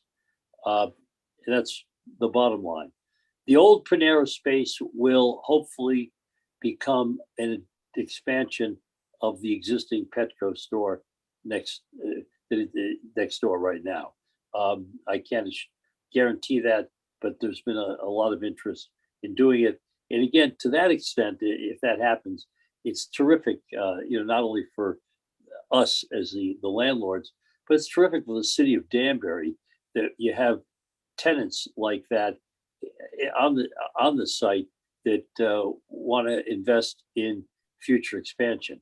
All of us that are involved in retail worry about the internet and the internet sales, and the fact that the retail as we know it today may be non-existent in the future. The fact that these upscale national retailers look at this section of Danbury and this site in particular with a lot of favor is terrific. As I say, it's terrific for us as the applicant, but it's really terrific for the city of Danbury. And again, we look at what happens over there. I mean, that section of Danbury is clearly a retail capital of the state of Connecticut in reality. And we look at when we see empty space, we all cringe. And when we see the space start to fill up, we all actually celebrate. And so right now you're seeing a renaissance in that corner of Danbury. And of course, in the Pier 1 building you guys just approved in the last month or two is another sign that the people are willing to invest in Danbury. And again, in this case, because a tenant has requested it, we're willing to invest further in the city of Danbury. So I hope that I expect that we'll be able to answer any questions, but I'm hoping that you can see this in the light that we see it, which is it's just a natural extension of improving an existing retail facility. We'll stand by for any further questions, or we understand you'll continue to January, whichever. Thank you. Thank you, Attorney Marcus. Is there anyone else wishing to speak in favor of this application? Anyone else in favor? Anyone else wishing to speak in favor of this? Paul, go ahead. Mr. Chairman, again, for the record, Paul Rotello, 13 Linden Place, 6th Ward Councilman. I support the application. I just have a quick, and welcome to the drive-through to Danbury, Neil. I have a quick question. It sounds like the existing building is going to close and they'll move into the smaller building through the chair. Am I correct in that, or is there something else going on? Thank you, Mr. Chairman. No problem. We'll let him answer that after I call the opposition. Right. Thank you. Anyone else wishing to speak in favor of this application? Anyone else in favor? Anyone else wishing to speak in favor of this application? Is there anyone wishing to speak in opposition to this application? Anyone in opposition? Anyone wishing to speak in opposition to this application? Back to you, Attorney Marcus. The question from Mr. Rotello, are you closing the existing part of the building or what? Yes, when the new building is up and running, Panera will hopefully transition without ever shutting down. I mean, they don't like closing down at all. So they'll operate where they are up until the day that they put the light switch on in the new building. And when they do that, they'll be operating there. And the old building, as I say, will be just general retail, but we anticipate that it's going to be hopefully Petco. The Petco will literally break through the wall next door and they'll expand their existing operation. Hopefully all very seamless. Thank you. Thank you, Attorney Marcus.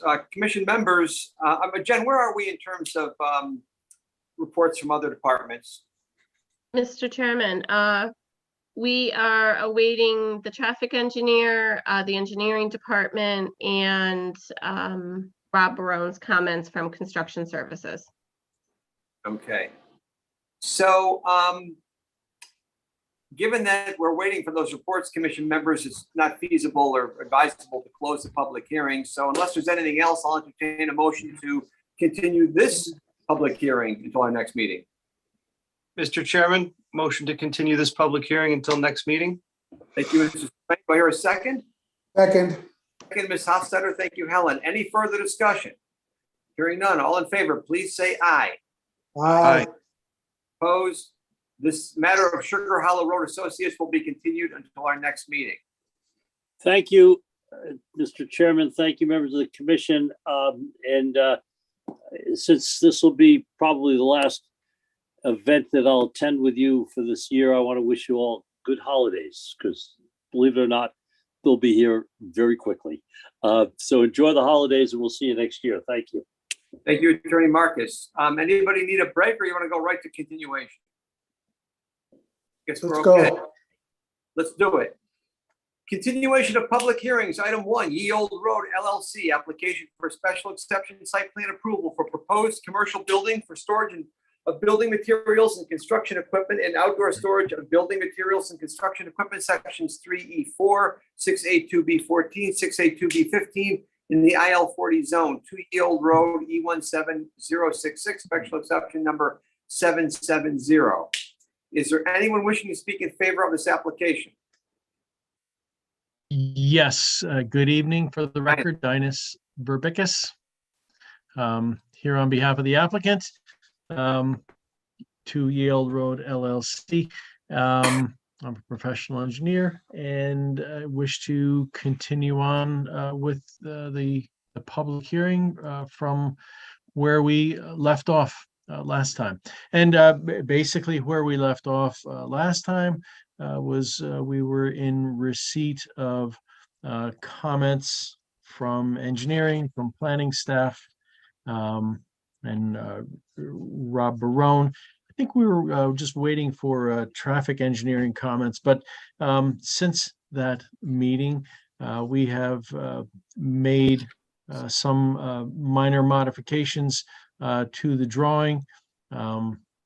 Biggest adjustment, I'd say, was the addition and reworking of the landscape plan for the site. Abigail Adams was kind enough to do that for us and the applicant. And we had received also a comment letter from the city traffic engineer stating that basically the net impact due to traffic generated by the development is minimal. And that and then he just basically comments about the right of way and road widening that's being proposed. Basically, it sounds like he's looking for perhaps a little bit more right of way to be deeded over to the city upon widening of the road. If I may, I'd like to just share the screen with you just so you can refresh yourselves with what it is we're proposing. And then we can go to comments. And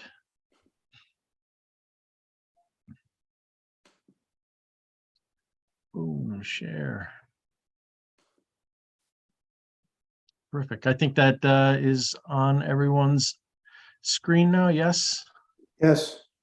Now it is, sure. Okay. Terrific. So again, the site plan modifications were minimal, addressing staff comments regarding the gates and closing the front of the site, and basically addressing comments regarding the landscaping itself. And what I'll do is I'll scroll down to the next sheet, which shows a better view of the proposed improvements to the site roadway. And you'll note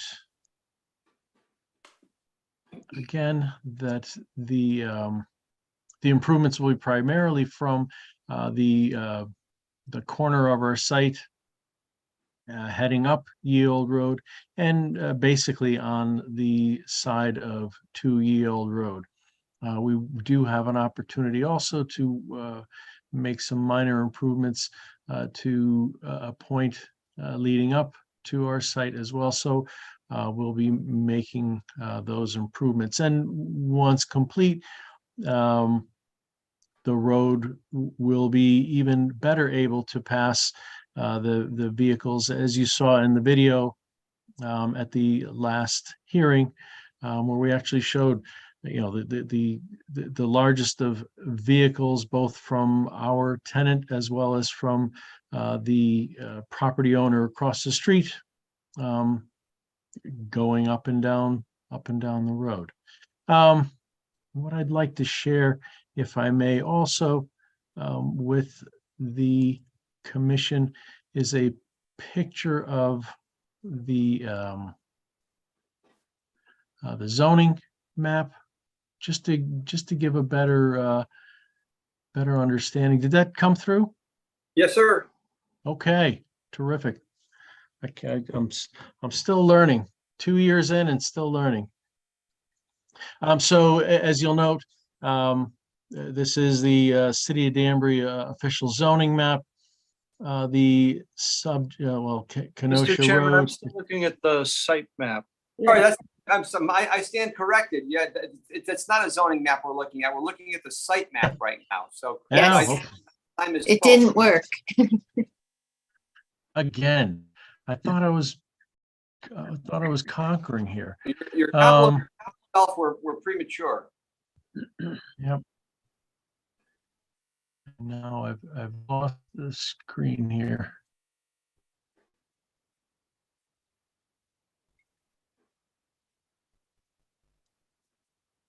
So Dinus, is it a tab you have to hit? Yeah, also the only tab I've got here is the stop share tab. Oh, No, new at the share. top. Here you go.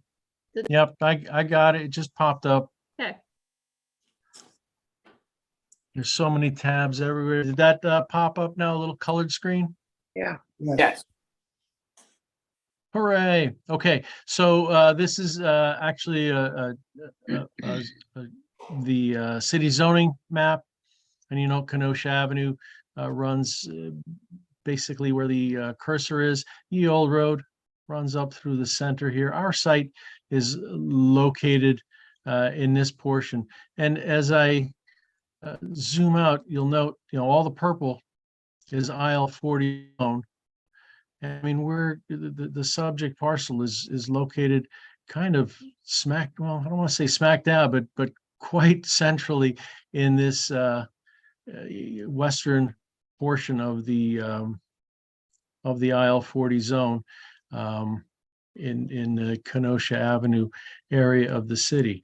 And I noted that at the prior hearing, there were some comments made by people who have residences on this road. And again, you'll note that this is completely aisle 40 zoning. There is a residence located here where my cursor is indicating. There's a residence here, and then a couple of residences on this parcel. So we've got 4 residences that are surrounded entirely by aisle 40 zoning.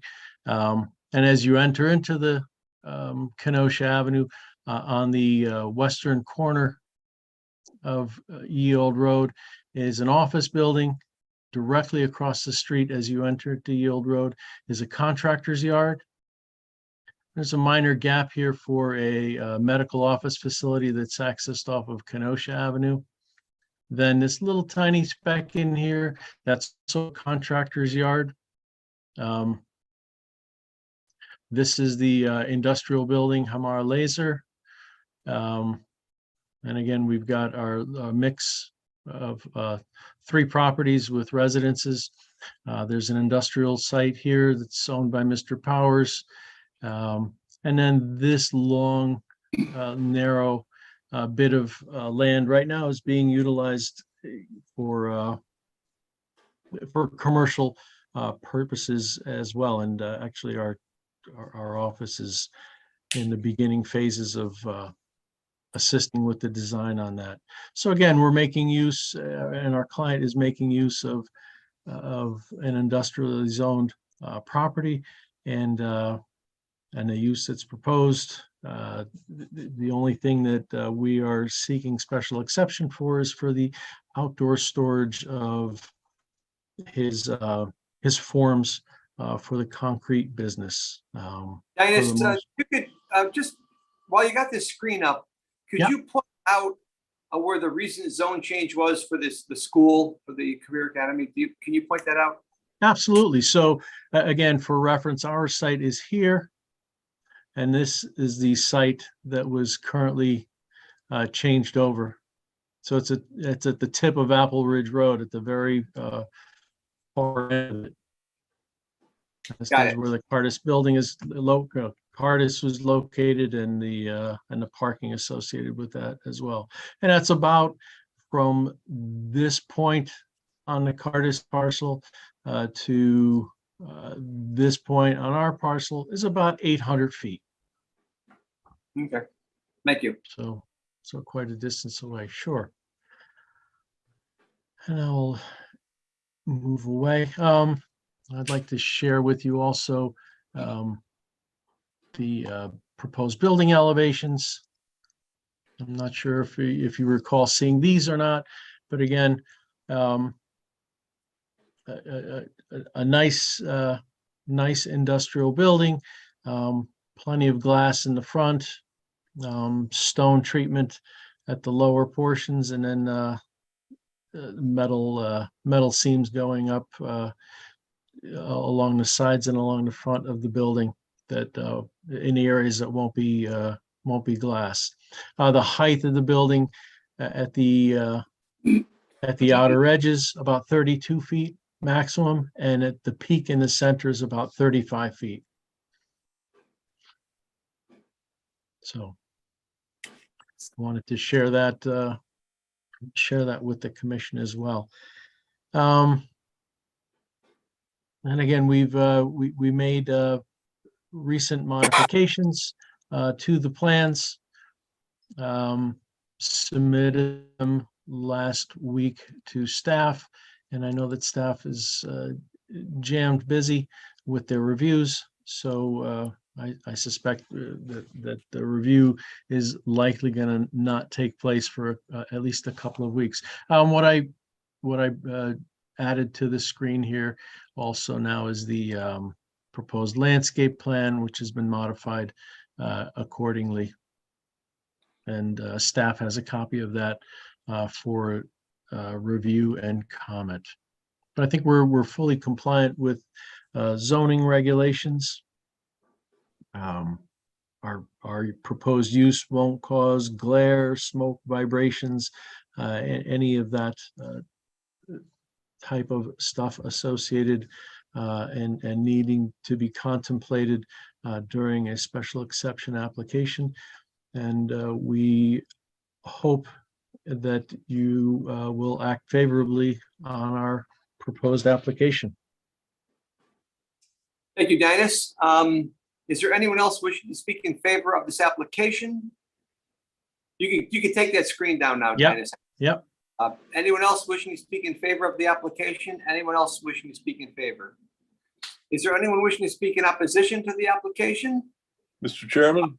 Go ahead, Paul. Yeah, Paul Rotello for the record, 13 Linden Place, Danbury. Again, a ward councilman for the 6th ward where this proposed project lays. It's tough to rebut Dinas because he does his homework and he's such a gentleman. But I have to take issue with a couple of points here, particularly regarding safety.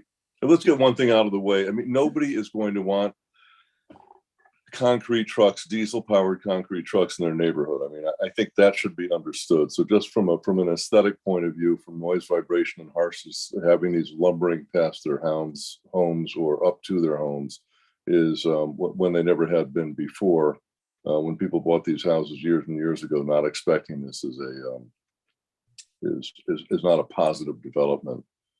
But let's just talk about safety here. I don't think it can be argued that having a truck that's almost as wide as the narrowest point of this road break down and preventing access to the rest of the neighborhood, which is again a dead end road that culminates in a cul-de-sac, is a development in favor of safety. It's the opposite. It is a potentially dangerous, life-altering situation. And I think at the very least that would need to be addressed by widening the road to allow, not in the beginning where it has already been wide, but at the other end, because again, if these trucks miss their turn, they have to go down to the end, somehow navigate around, back up, turn around and come back the other way. And there will be trucks, because it's human nature, that do miss the turn. And there is no way out. They have to turn around and come back. And if someone were to break down or an ambulance would be prevented from getting in, it would be a tragedy. It's a foreseeable one, easily avoidable, but not if this project goes through. In addition, we've discussed this to some extent. Schools will be going up, and I think this is not a particularly good neighbor for the changes that are in store for the top of the hill there. As Dinas mentioned, that a substantial portion has already been rezoned to residential. I think it's RMA 40. I'm not exactly sure what the exact terminology is, but it's switched from IL 40 and no longer is that. So I think the commission needs to take a very serious look. I'm not suggesting that you're not, but this, in my opinion, will have a detrimental effect on the neighborhood, and it will have there will be a safety factor that's involved here as well. Thank you, Mr. Chairman. Thank you, Mr. Rotello. Is there anyone else wishing to speak in opposition? I think I saw Mr. Fraley's hand up. Please again, state your name and address for the record. Hello, my name is Austin Fraley. I live at 6 Ye Old Road. I'm adjacent to the property in question. So very quickly, I just wanted to object to the special exception itself. These large concrete forms are going to be put onto trucks and dropped down all morning, very early in the morning, right outside my kitchen window. So I feel that this is going to be a lot of noise. It will create a nuisance for me and have a detrimental effect on my property. Thank you very much. That's really all I have to say, other than I think we've raised a lot of other concerns and I think they've only been dismissed. Thank you. Thank you, Mr. Fraley. Is there anyone else wishing to speak in opposition to this application? Anyone else in opposition? Anyone else wishing to speak in opposition to this application? Commission members, let me go to Jen first. I believe, Jen, unless I'm missing something, everything is in. We might have something from Kelly Green, but otherwise, I think we're in a position to close this one. Is that a fair statement? It is, Mr. Chairman. We received revisions last week from Dynas that staff has reviewed. We're satisfied that all of our comments have been resolved. And if the commission chooses, you can certainly close tonight. The engineering department still needs to look at their reviews, but there were not any what we call showstoppers. I would imagine Dynas has resolved all of those outstanding comments, and we'll get a clean letter from the engineering department. And there were no other departments that required revisions, so it's really just us. So we're generally satisfied with the revisions. So it's up to the commission if you want to close, if you're looking for more information from the applicant, now is certainly the opportunity to request that. If I may, I'm sorry to interrupt, but can I just share a little bit more information prior to closing? I'd forgotten to show some photos. I don't know if the commission members have had an opportunity to visit Ye Old Road and take a peek at existing conditions, and I'd like to share that with you if I may. Go ahead. All right, so had staff run out just to snap some photos, and this is we've snapped photos now on 4 separate occasions, and things are generally the same as we go. So this first. There we go. The first photo that you see here, that's as you enter in on the left-hand side of Ye Old Road. That's the contractor's yard that was approved several years ago for this business on the corner of Ye Old Road and Kenosha Avenue. And then I'll share here's another view shed kind of peeking in and to the outdoor storage yard, more landscape elements and items, not basically what our tenant or our client is proposing to store. Here, as we travel a little bit further up the road, on the left-hand side is the other contractor's yard that was approved probably a dozen or so years ago. Unfortunately for the gentleman who was originally developing it, he has since passed away. So this contractor's yard is basically a truck storage facility for lack of better terms. And again, I think the councilman that spoke previously had spoken of the bucolic nature of this road, and I just wanted to show to the commission who haven't traveled out to the site what things really do look like out there. So again, this is now across the street from where our proposed development is going. And as you note now here, this is a photograph of the Hamar Laser building, 5,000 square foot industrial building. 2 stories, totaling about 10,000 square feet in size. This is another view shed, and you can see in the distance the post office industrial site that exists just beyond.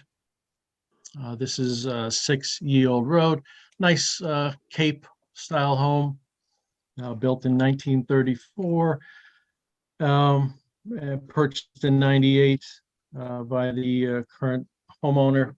I think there's a garage that was added at some point after that to this home site, non-conforming use in an industrial zone, and again, surrounded by industrial uses even to the backyard. Here's another home that now is it's located at 7 Ye Old Road. This too was constructed in and around 1998. And is a nice looking home also. And here's their backyard and their view shed. Off to the back is the post office building, serving the greater Danbury community. Now here as we travel a little bit further on, now this is 9 Ye Old Road. There are 2 homes on here, or 1 home and 1 apartment inside of a garage. This is another home for folks, and here's the garage. That's the second building on the site. And you'll note that that's the 3 times that we've been, or the last 3 times we've been out to the site, the same pickup truck's been parked out in the road. And I guess the vehicles going to the end can bypass without trouble. And you also note there's a industrial type use, I guess a carting service. This vehicle is also noted on the site several times we've been out. And this building is located at the far end of Ye Old Road. I believe it's on the Miller Stevenson site. And here's across the street where there's been some recent excavation work and industrial type of uses, vehicle parking, truck storage, car storage. I think the city zoning office may have issues with things that are happening there and are working with the property owners. But here's in the right-hand side, you'll note the residence that was until recently used. And you can see in the distance, I think that's a flagpole or utility poles to the sites that are located on Apple Ridge Road. And here's continuing on now back down Ye Old Road, looking to the left as you're traveling back down. And here we're approaching the residences again. From the other side, gives a view shed, kind of the area as well as the industry that is surrounding these non-conforming homes. And you'll see it looks like there's almost some commercial type of use on this property that's located at 9 Ye Old Road.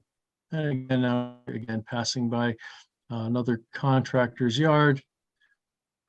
Here's the vacant space that belongs to the medical facility off of Kenosha. And again, back out to Ye Old Road to the contractor's yard that is approved and operating on the corner of Ye Old Road in Kenosha. So I think, the proposed use that we have is going to be confined to the rear of the building. Storage, outdoor storage of the forms for concrete will be stored neatly in the back. It won't be mayhem. The operation needs to be neat and orderly for the operator, our client, to run a smooth business and operation. And we think it's a perfect fit for the industrial zone. And in time, these residential uses will cease, and others will recognize the industrial use and the benefits of that being in an industrial zone. And just for the record, this site at one time had a home on it. I think it was built in 1830 or so is what the records indicate. But again, residential use in the industrial zone is not desirous and not desirable, and what we're proposing is in keeping with the industrial zoning district. And again, hope that the city will view favorably on our application. Thank you. Thanks, Dinas. Commission members, is there anything else? Any other questions for staff? Mr. Kyokyo. Sorry to prolong this, but just a quick, maybe comment and question for staff. So we're being asked to approve this use, right, which is the outdoor building, storage of building materials and construction equipment, as well as inside. So that's the use regardless of whether the current applicant is there or not, right? Because the use is gonna survive, and to the extent that there's recession coming or whatever, building starts to subside, maybe the business is not going to be as substantial as it was, and maybe want to use the property to lease out to others or whatever. But it's got to be within this use. Is that right? You want to take that, Jen?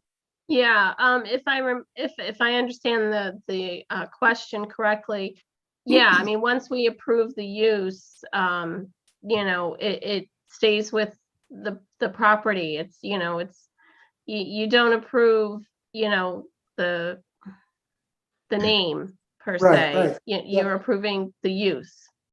So right now we're approving the outdoor storage of building materials and construction equipment, and looking on the plan, it's basically forms and rebar that's going to be stored outside, right? Correct. So to the extent that we'll call it, I'll call it tenant for now, changes, the name changes, and it's someone else there. So if they want to store, we'll call it lumber or like trap rock or something, would they be able to do that with this use? So I think with lumber, that would certainly fall under a contractor's office. And again, they're getting approval for the outdoor storage of building materials. I think lumber would fall within that. Trap rock, I think that's something different. That would be the storage of, I'm drawing a blank. It's a different use. I just can't think of it off the top of my head. So they wouldn't be able to, you can't store concrete aggregates. You can't store asphalt products. There's a whole slew of things you can't store that they haven't asked for approval for. So you're only granting approval for the indoor and outdoor storage of building materials, and the indoor-outdoor storage of construction equipment. So if they are looking to expand, we would have to look at the whether expand or contract and bring something else in. They would likely have to come and talk to us, and and we'd have to analyze whether it requires them to go back to the planning commission, or if it would be a departmental review. Right. Okay, thank you. Anything else, commission members? If not, I'll entertain a motion to close the public hearing. I'll make the motion to close the hearing. Second. Motion made and seconded to close the public hearing. Is there any discussion? Hearing none, all in favor, please say aye. Aye. Aye. Opposed? The public hearing is closed. Jen, you want to just go to maybe next meeting, because it's already 10 o'clock. I'm just trying to look at the clock here. Maybe we can give you guidance at the next meeting, sort of digest this. Would that be okay? Yeah, I think that's fine. Okay. Yep. So let's go right to item 2. Thank you all. You're welcome. Under continuation, go right to Los Taco Brothers Federal Road LLC, property BUDR Hartford Holding LLC application for special exception site plan approval for cannabis retailers, sections 5A, 2B4, and 3C4 in the CG20 zone, 108 Federal Road, L09024, special exception 789. Is there anyone wishing to speak in favor of this application? Attorney Beecher. Thank you, Mr. Chairman. Good evening, everybody. With me tonight are Carl Torella and Derek Gibbs was here earlier. Yes, he's still here. John Malazzi, who's our project engineer, and Stephen Hembrecht, our lead architect, wasn't able to make it tonight, but Karen Kuehler, if I didn't butcher her name, is with us tonight, just in case you have any questions for her. She is Stephen's partner in the architectural firm. And Mr. Lestaco is also here tonight. Since we were last here, we filed revised plans and have addressed and complied with all of the reports and comments that we received from the various city departments, as well as the deputy planner. I was informed by Jen that all outstanding comments have been addressed. So that's a good place for me to start, right? Let me highlight our revisions in response to the city reports. And if I can share my screen properly.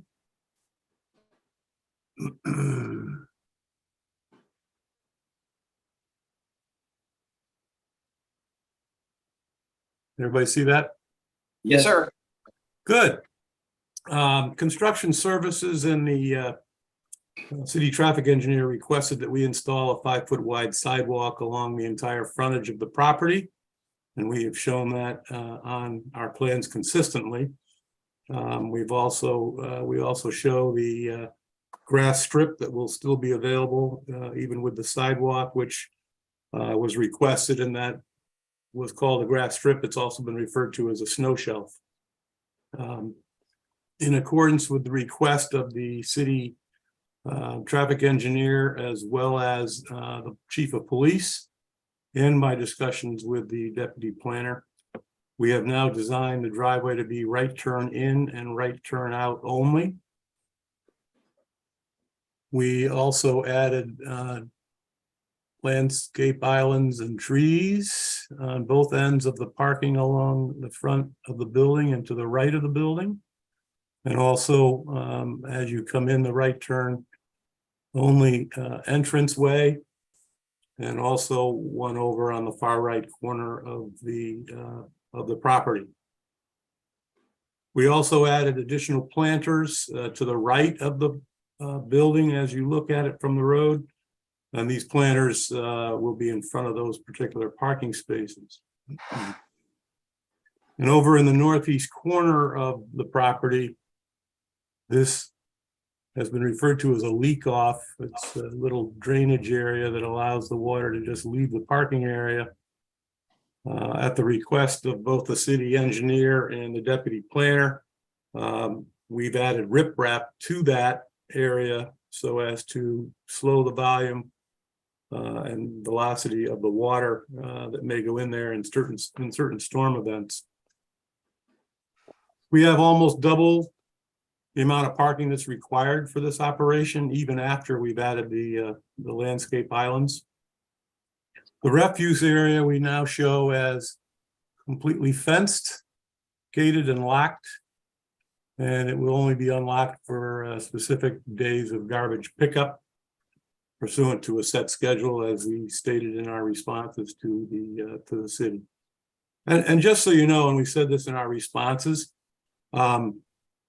no cannabis product will be disposed of in the trash or the recycling containers. And while we're talking about garbage, the largest vehicle that's going to enter this site is the garbage truck. Cannabis product deliveries are made in vans, which are on average 19 feet long. And any other deliveries that come to this site will be by small box trucks for cleaning supplies or office supplies, similar to a WB Mason truck. The perimeter fence, the chain link fence, is all in pretty good shape. we have added the privacy screen to that fence, which will be along the front of the property between those parking spaces and the sidewalk, just to keep the glare of headlights from shining over towards Pepe's Pizza. My client will replace any damaged or broken parts of that fence on the property.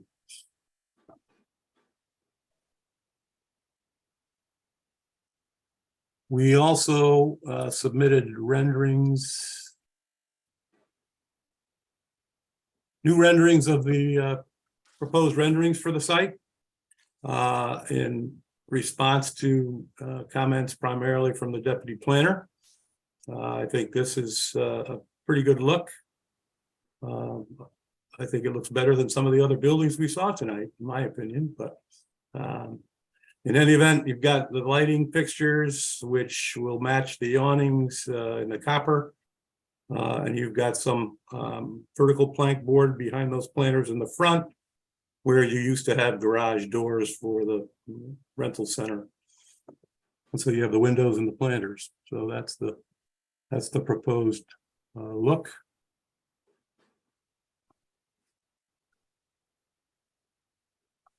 We also submitted, let me just get out of here. We also submitted a revised odor remediation plan. And as we noted in our responses, the cannabis product comes in sealed containers or sealed bags, and they're not permitted to be opened on the premises. So there won't be any odor emitting from those products. But nevertheless, we have also will be installing air purifiers, which in this day and age are going to serve another purpose as well for health and safety in the building. So we've done that. We submitted a revised property management program document and the building and security plan. And the chief of police reviewed the plan and was satisfied with the security plan. The hours of operation for this facility will be in compliance with the zoning regulations, namely Monday through Saturday, 9 a.m. to 8 p.m. and then on Sundays from 9 to 3 p.m. Both the traffic engineers concluded that with the site changes that have been proposed and now made on our plans, that this proposed project will not have any adverse impact on traffic on Federal Road. As I said last month, the state of Connecticut has made the decision to allow retail sales of cannabis products. The City of Danbury Zoning Commission has adopted regulations to also allow it.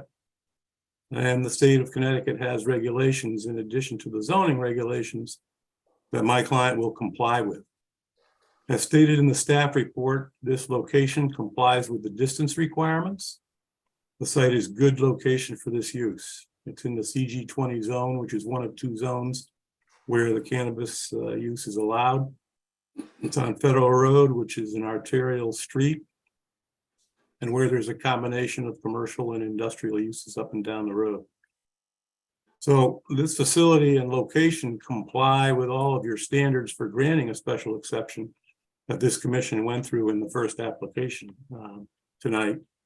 And it's important to note once again that the Danbury zoning regulations permit a combination of one retailer and one hybrid operation. So as I said the last time, my client and the botanist can coexist under the regulations if you approve both. And these two locations, as was pointed out by Mr. Rotello, they're on two separate sides of the city. With the botanist, an existing location on Mill Plain, and this over on Federal Road up near the Brookfield border on the east side.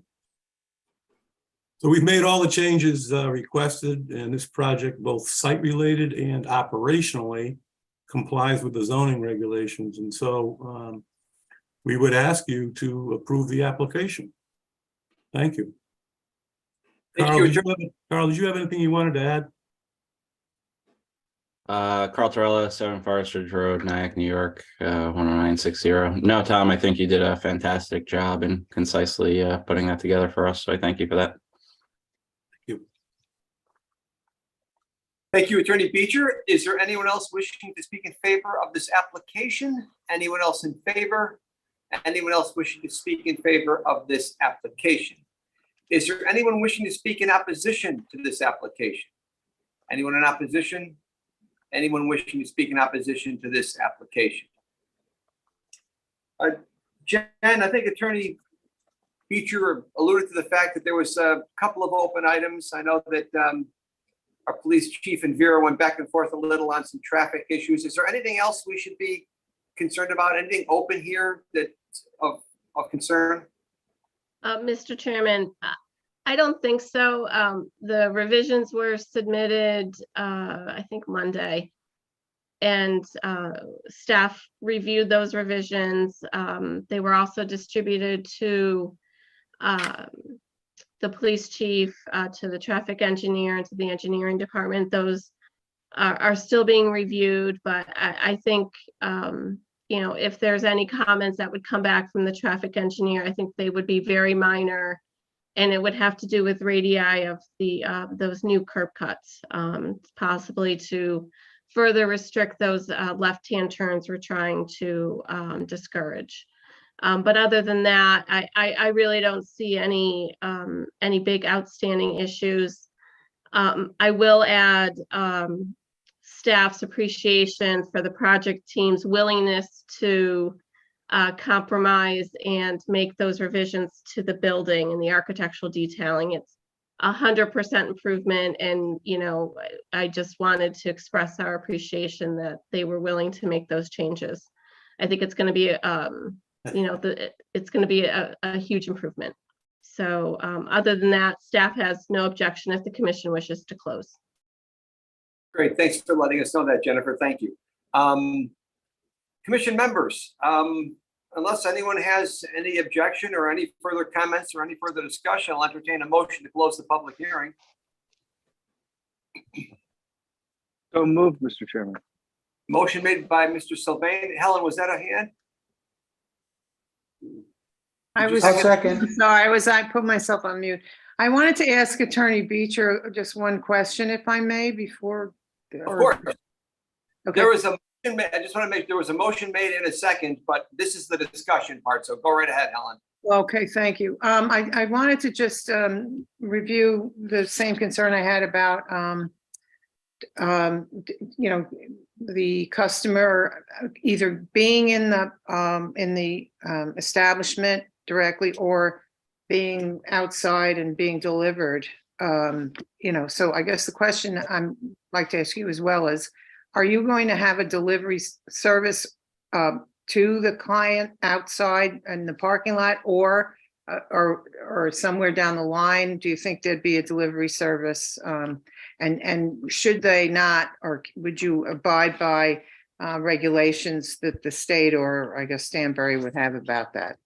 Well, I'll answer the last part first, Helen, that we would, of course, comply with all state regulations pertaining to that, as well as the zoning regulations. I'm not aware that we're going to be offering curbside service, but Carl, I'll leave that one to you. Sure. So curbside service is an optionality for us. At the beginning, we don't envision utilizing it. As our business does mature over months and we get more efficient with our employees, there's a possibility that we entertain it. And then I think your second part of the question was delivery to the consumer, not only curbside, but outside the building and into their homes. Delivery is state approved. They being the state, gave 12 licenses out for delivery. So it will be in Danbury eventually, regardless of whether we operate or not.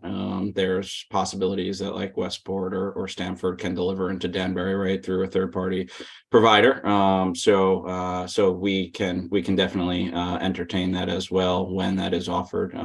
It's TBD on when those operators will be up and running. Thank you very much. Sure. Thank you. Any other questions, commission members?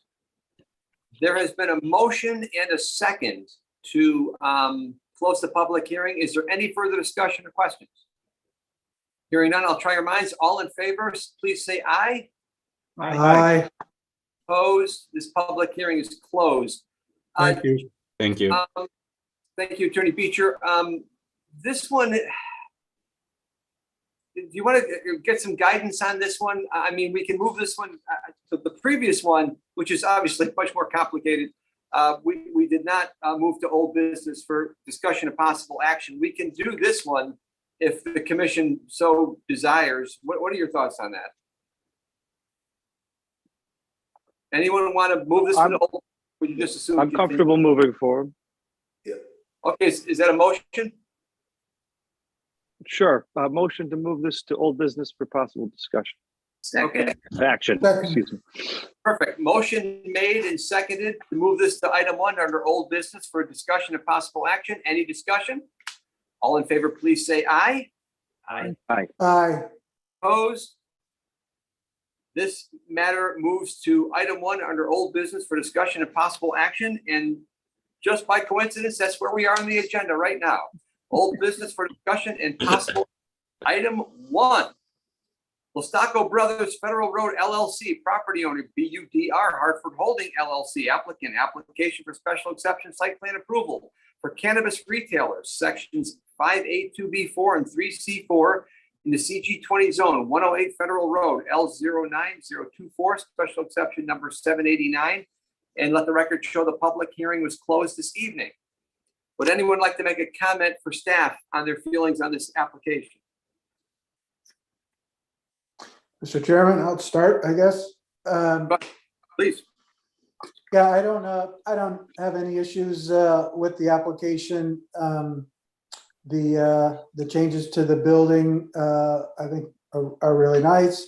It's going to replace kind of a little bit of an empty eyesore right now, so I think that's good. I think the area is fine for this type of use and appropriate. So I really don't have any issues with this. Kyokyo, anyone else? Anything? Mr. Chairman, I would agree with Mr. Kyokyo's comments. I think the changes to the building are very nice. I think it's a good use or a good location for this use. I think the applicant's done their homework and they've been flexible and cooperative in working with staff. And I think they're prepared and the plan has been well vetted at this point. Thank you. Thanks, Perry. Yeah, Go ahead, Alan. I'll go along with that, what was said already.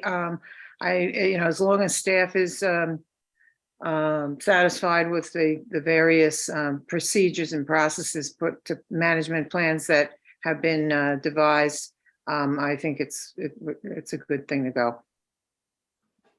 Yes.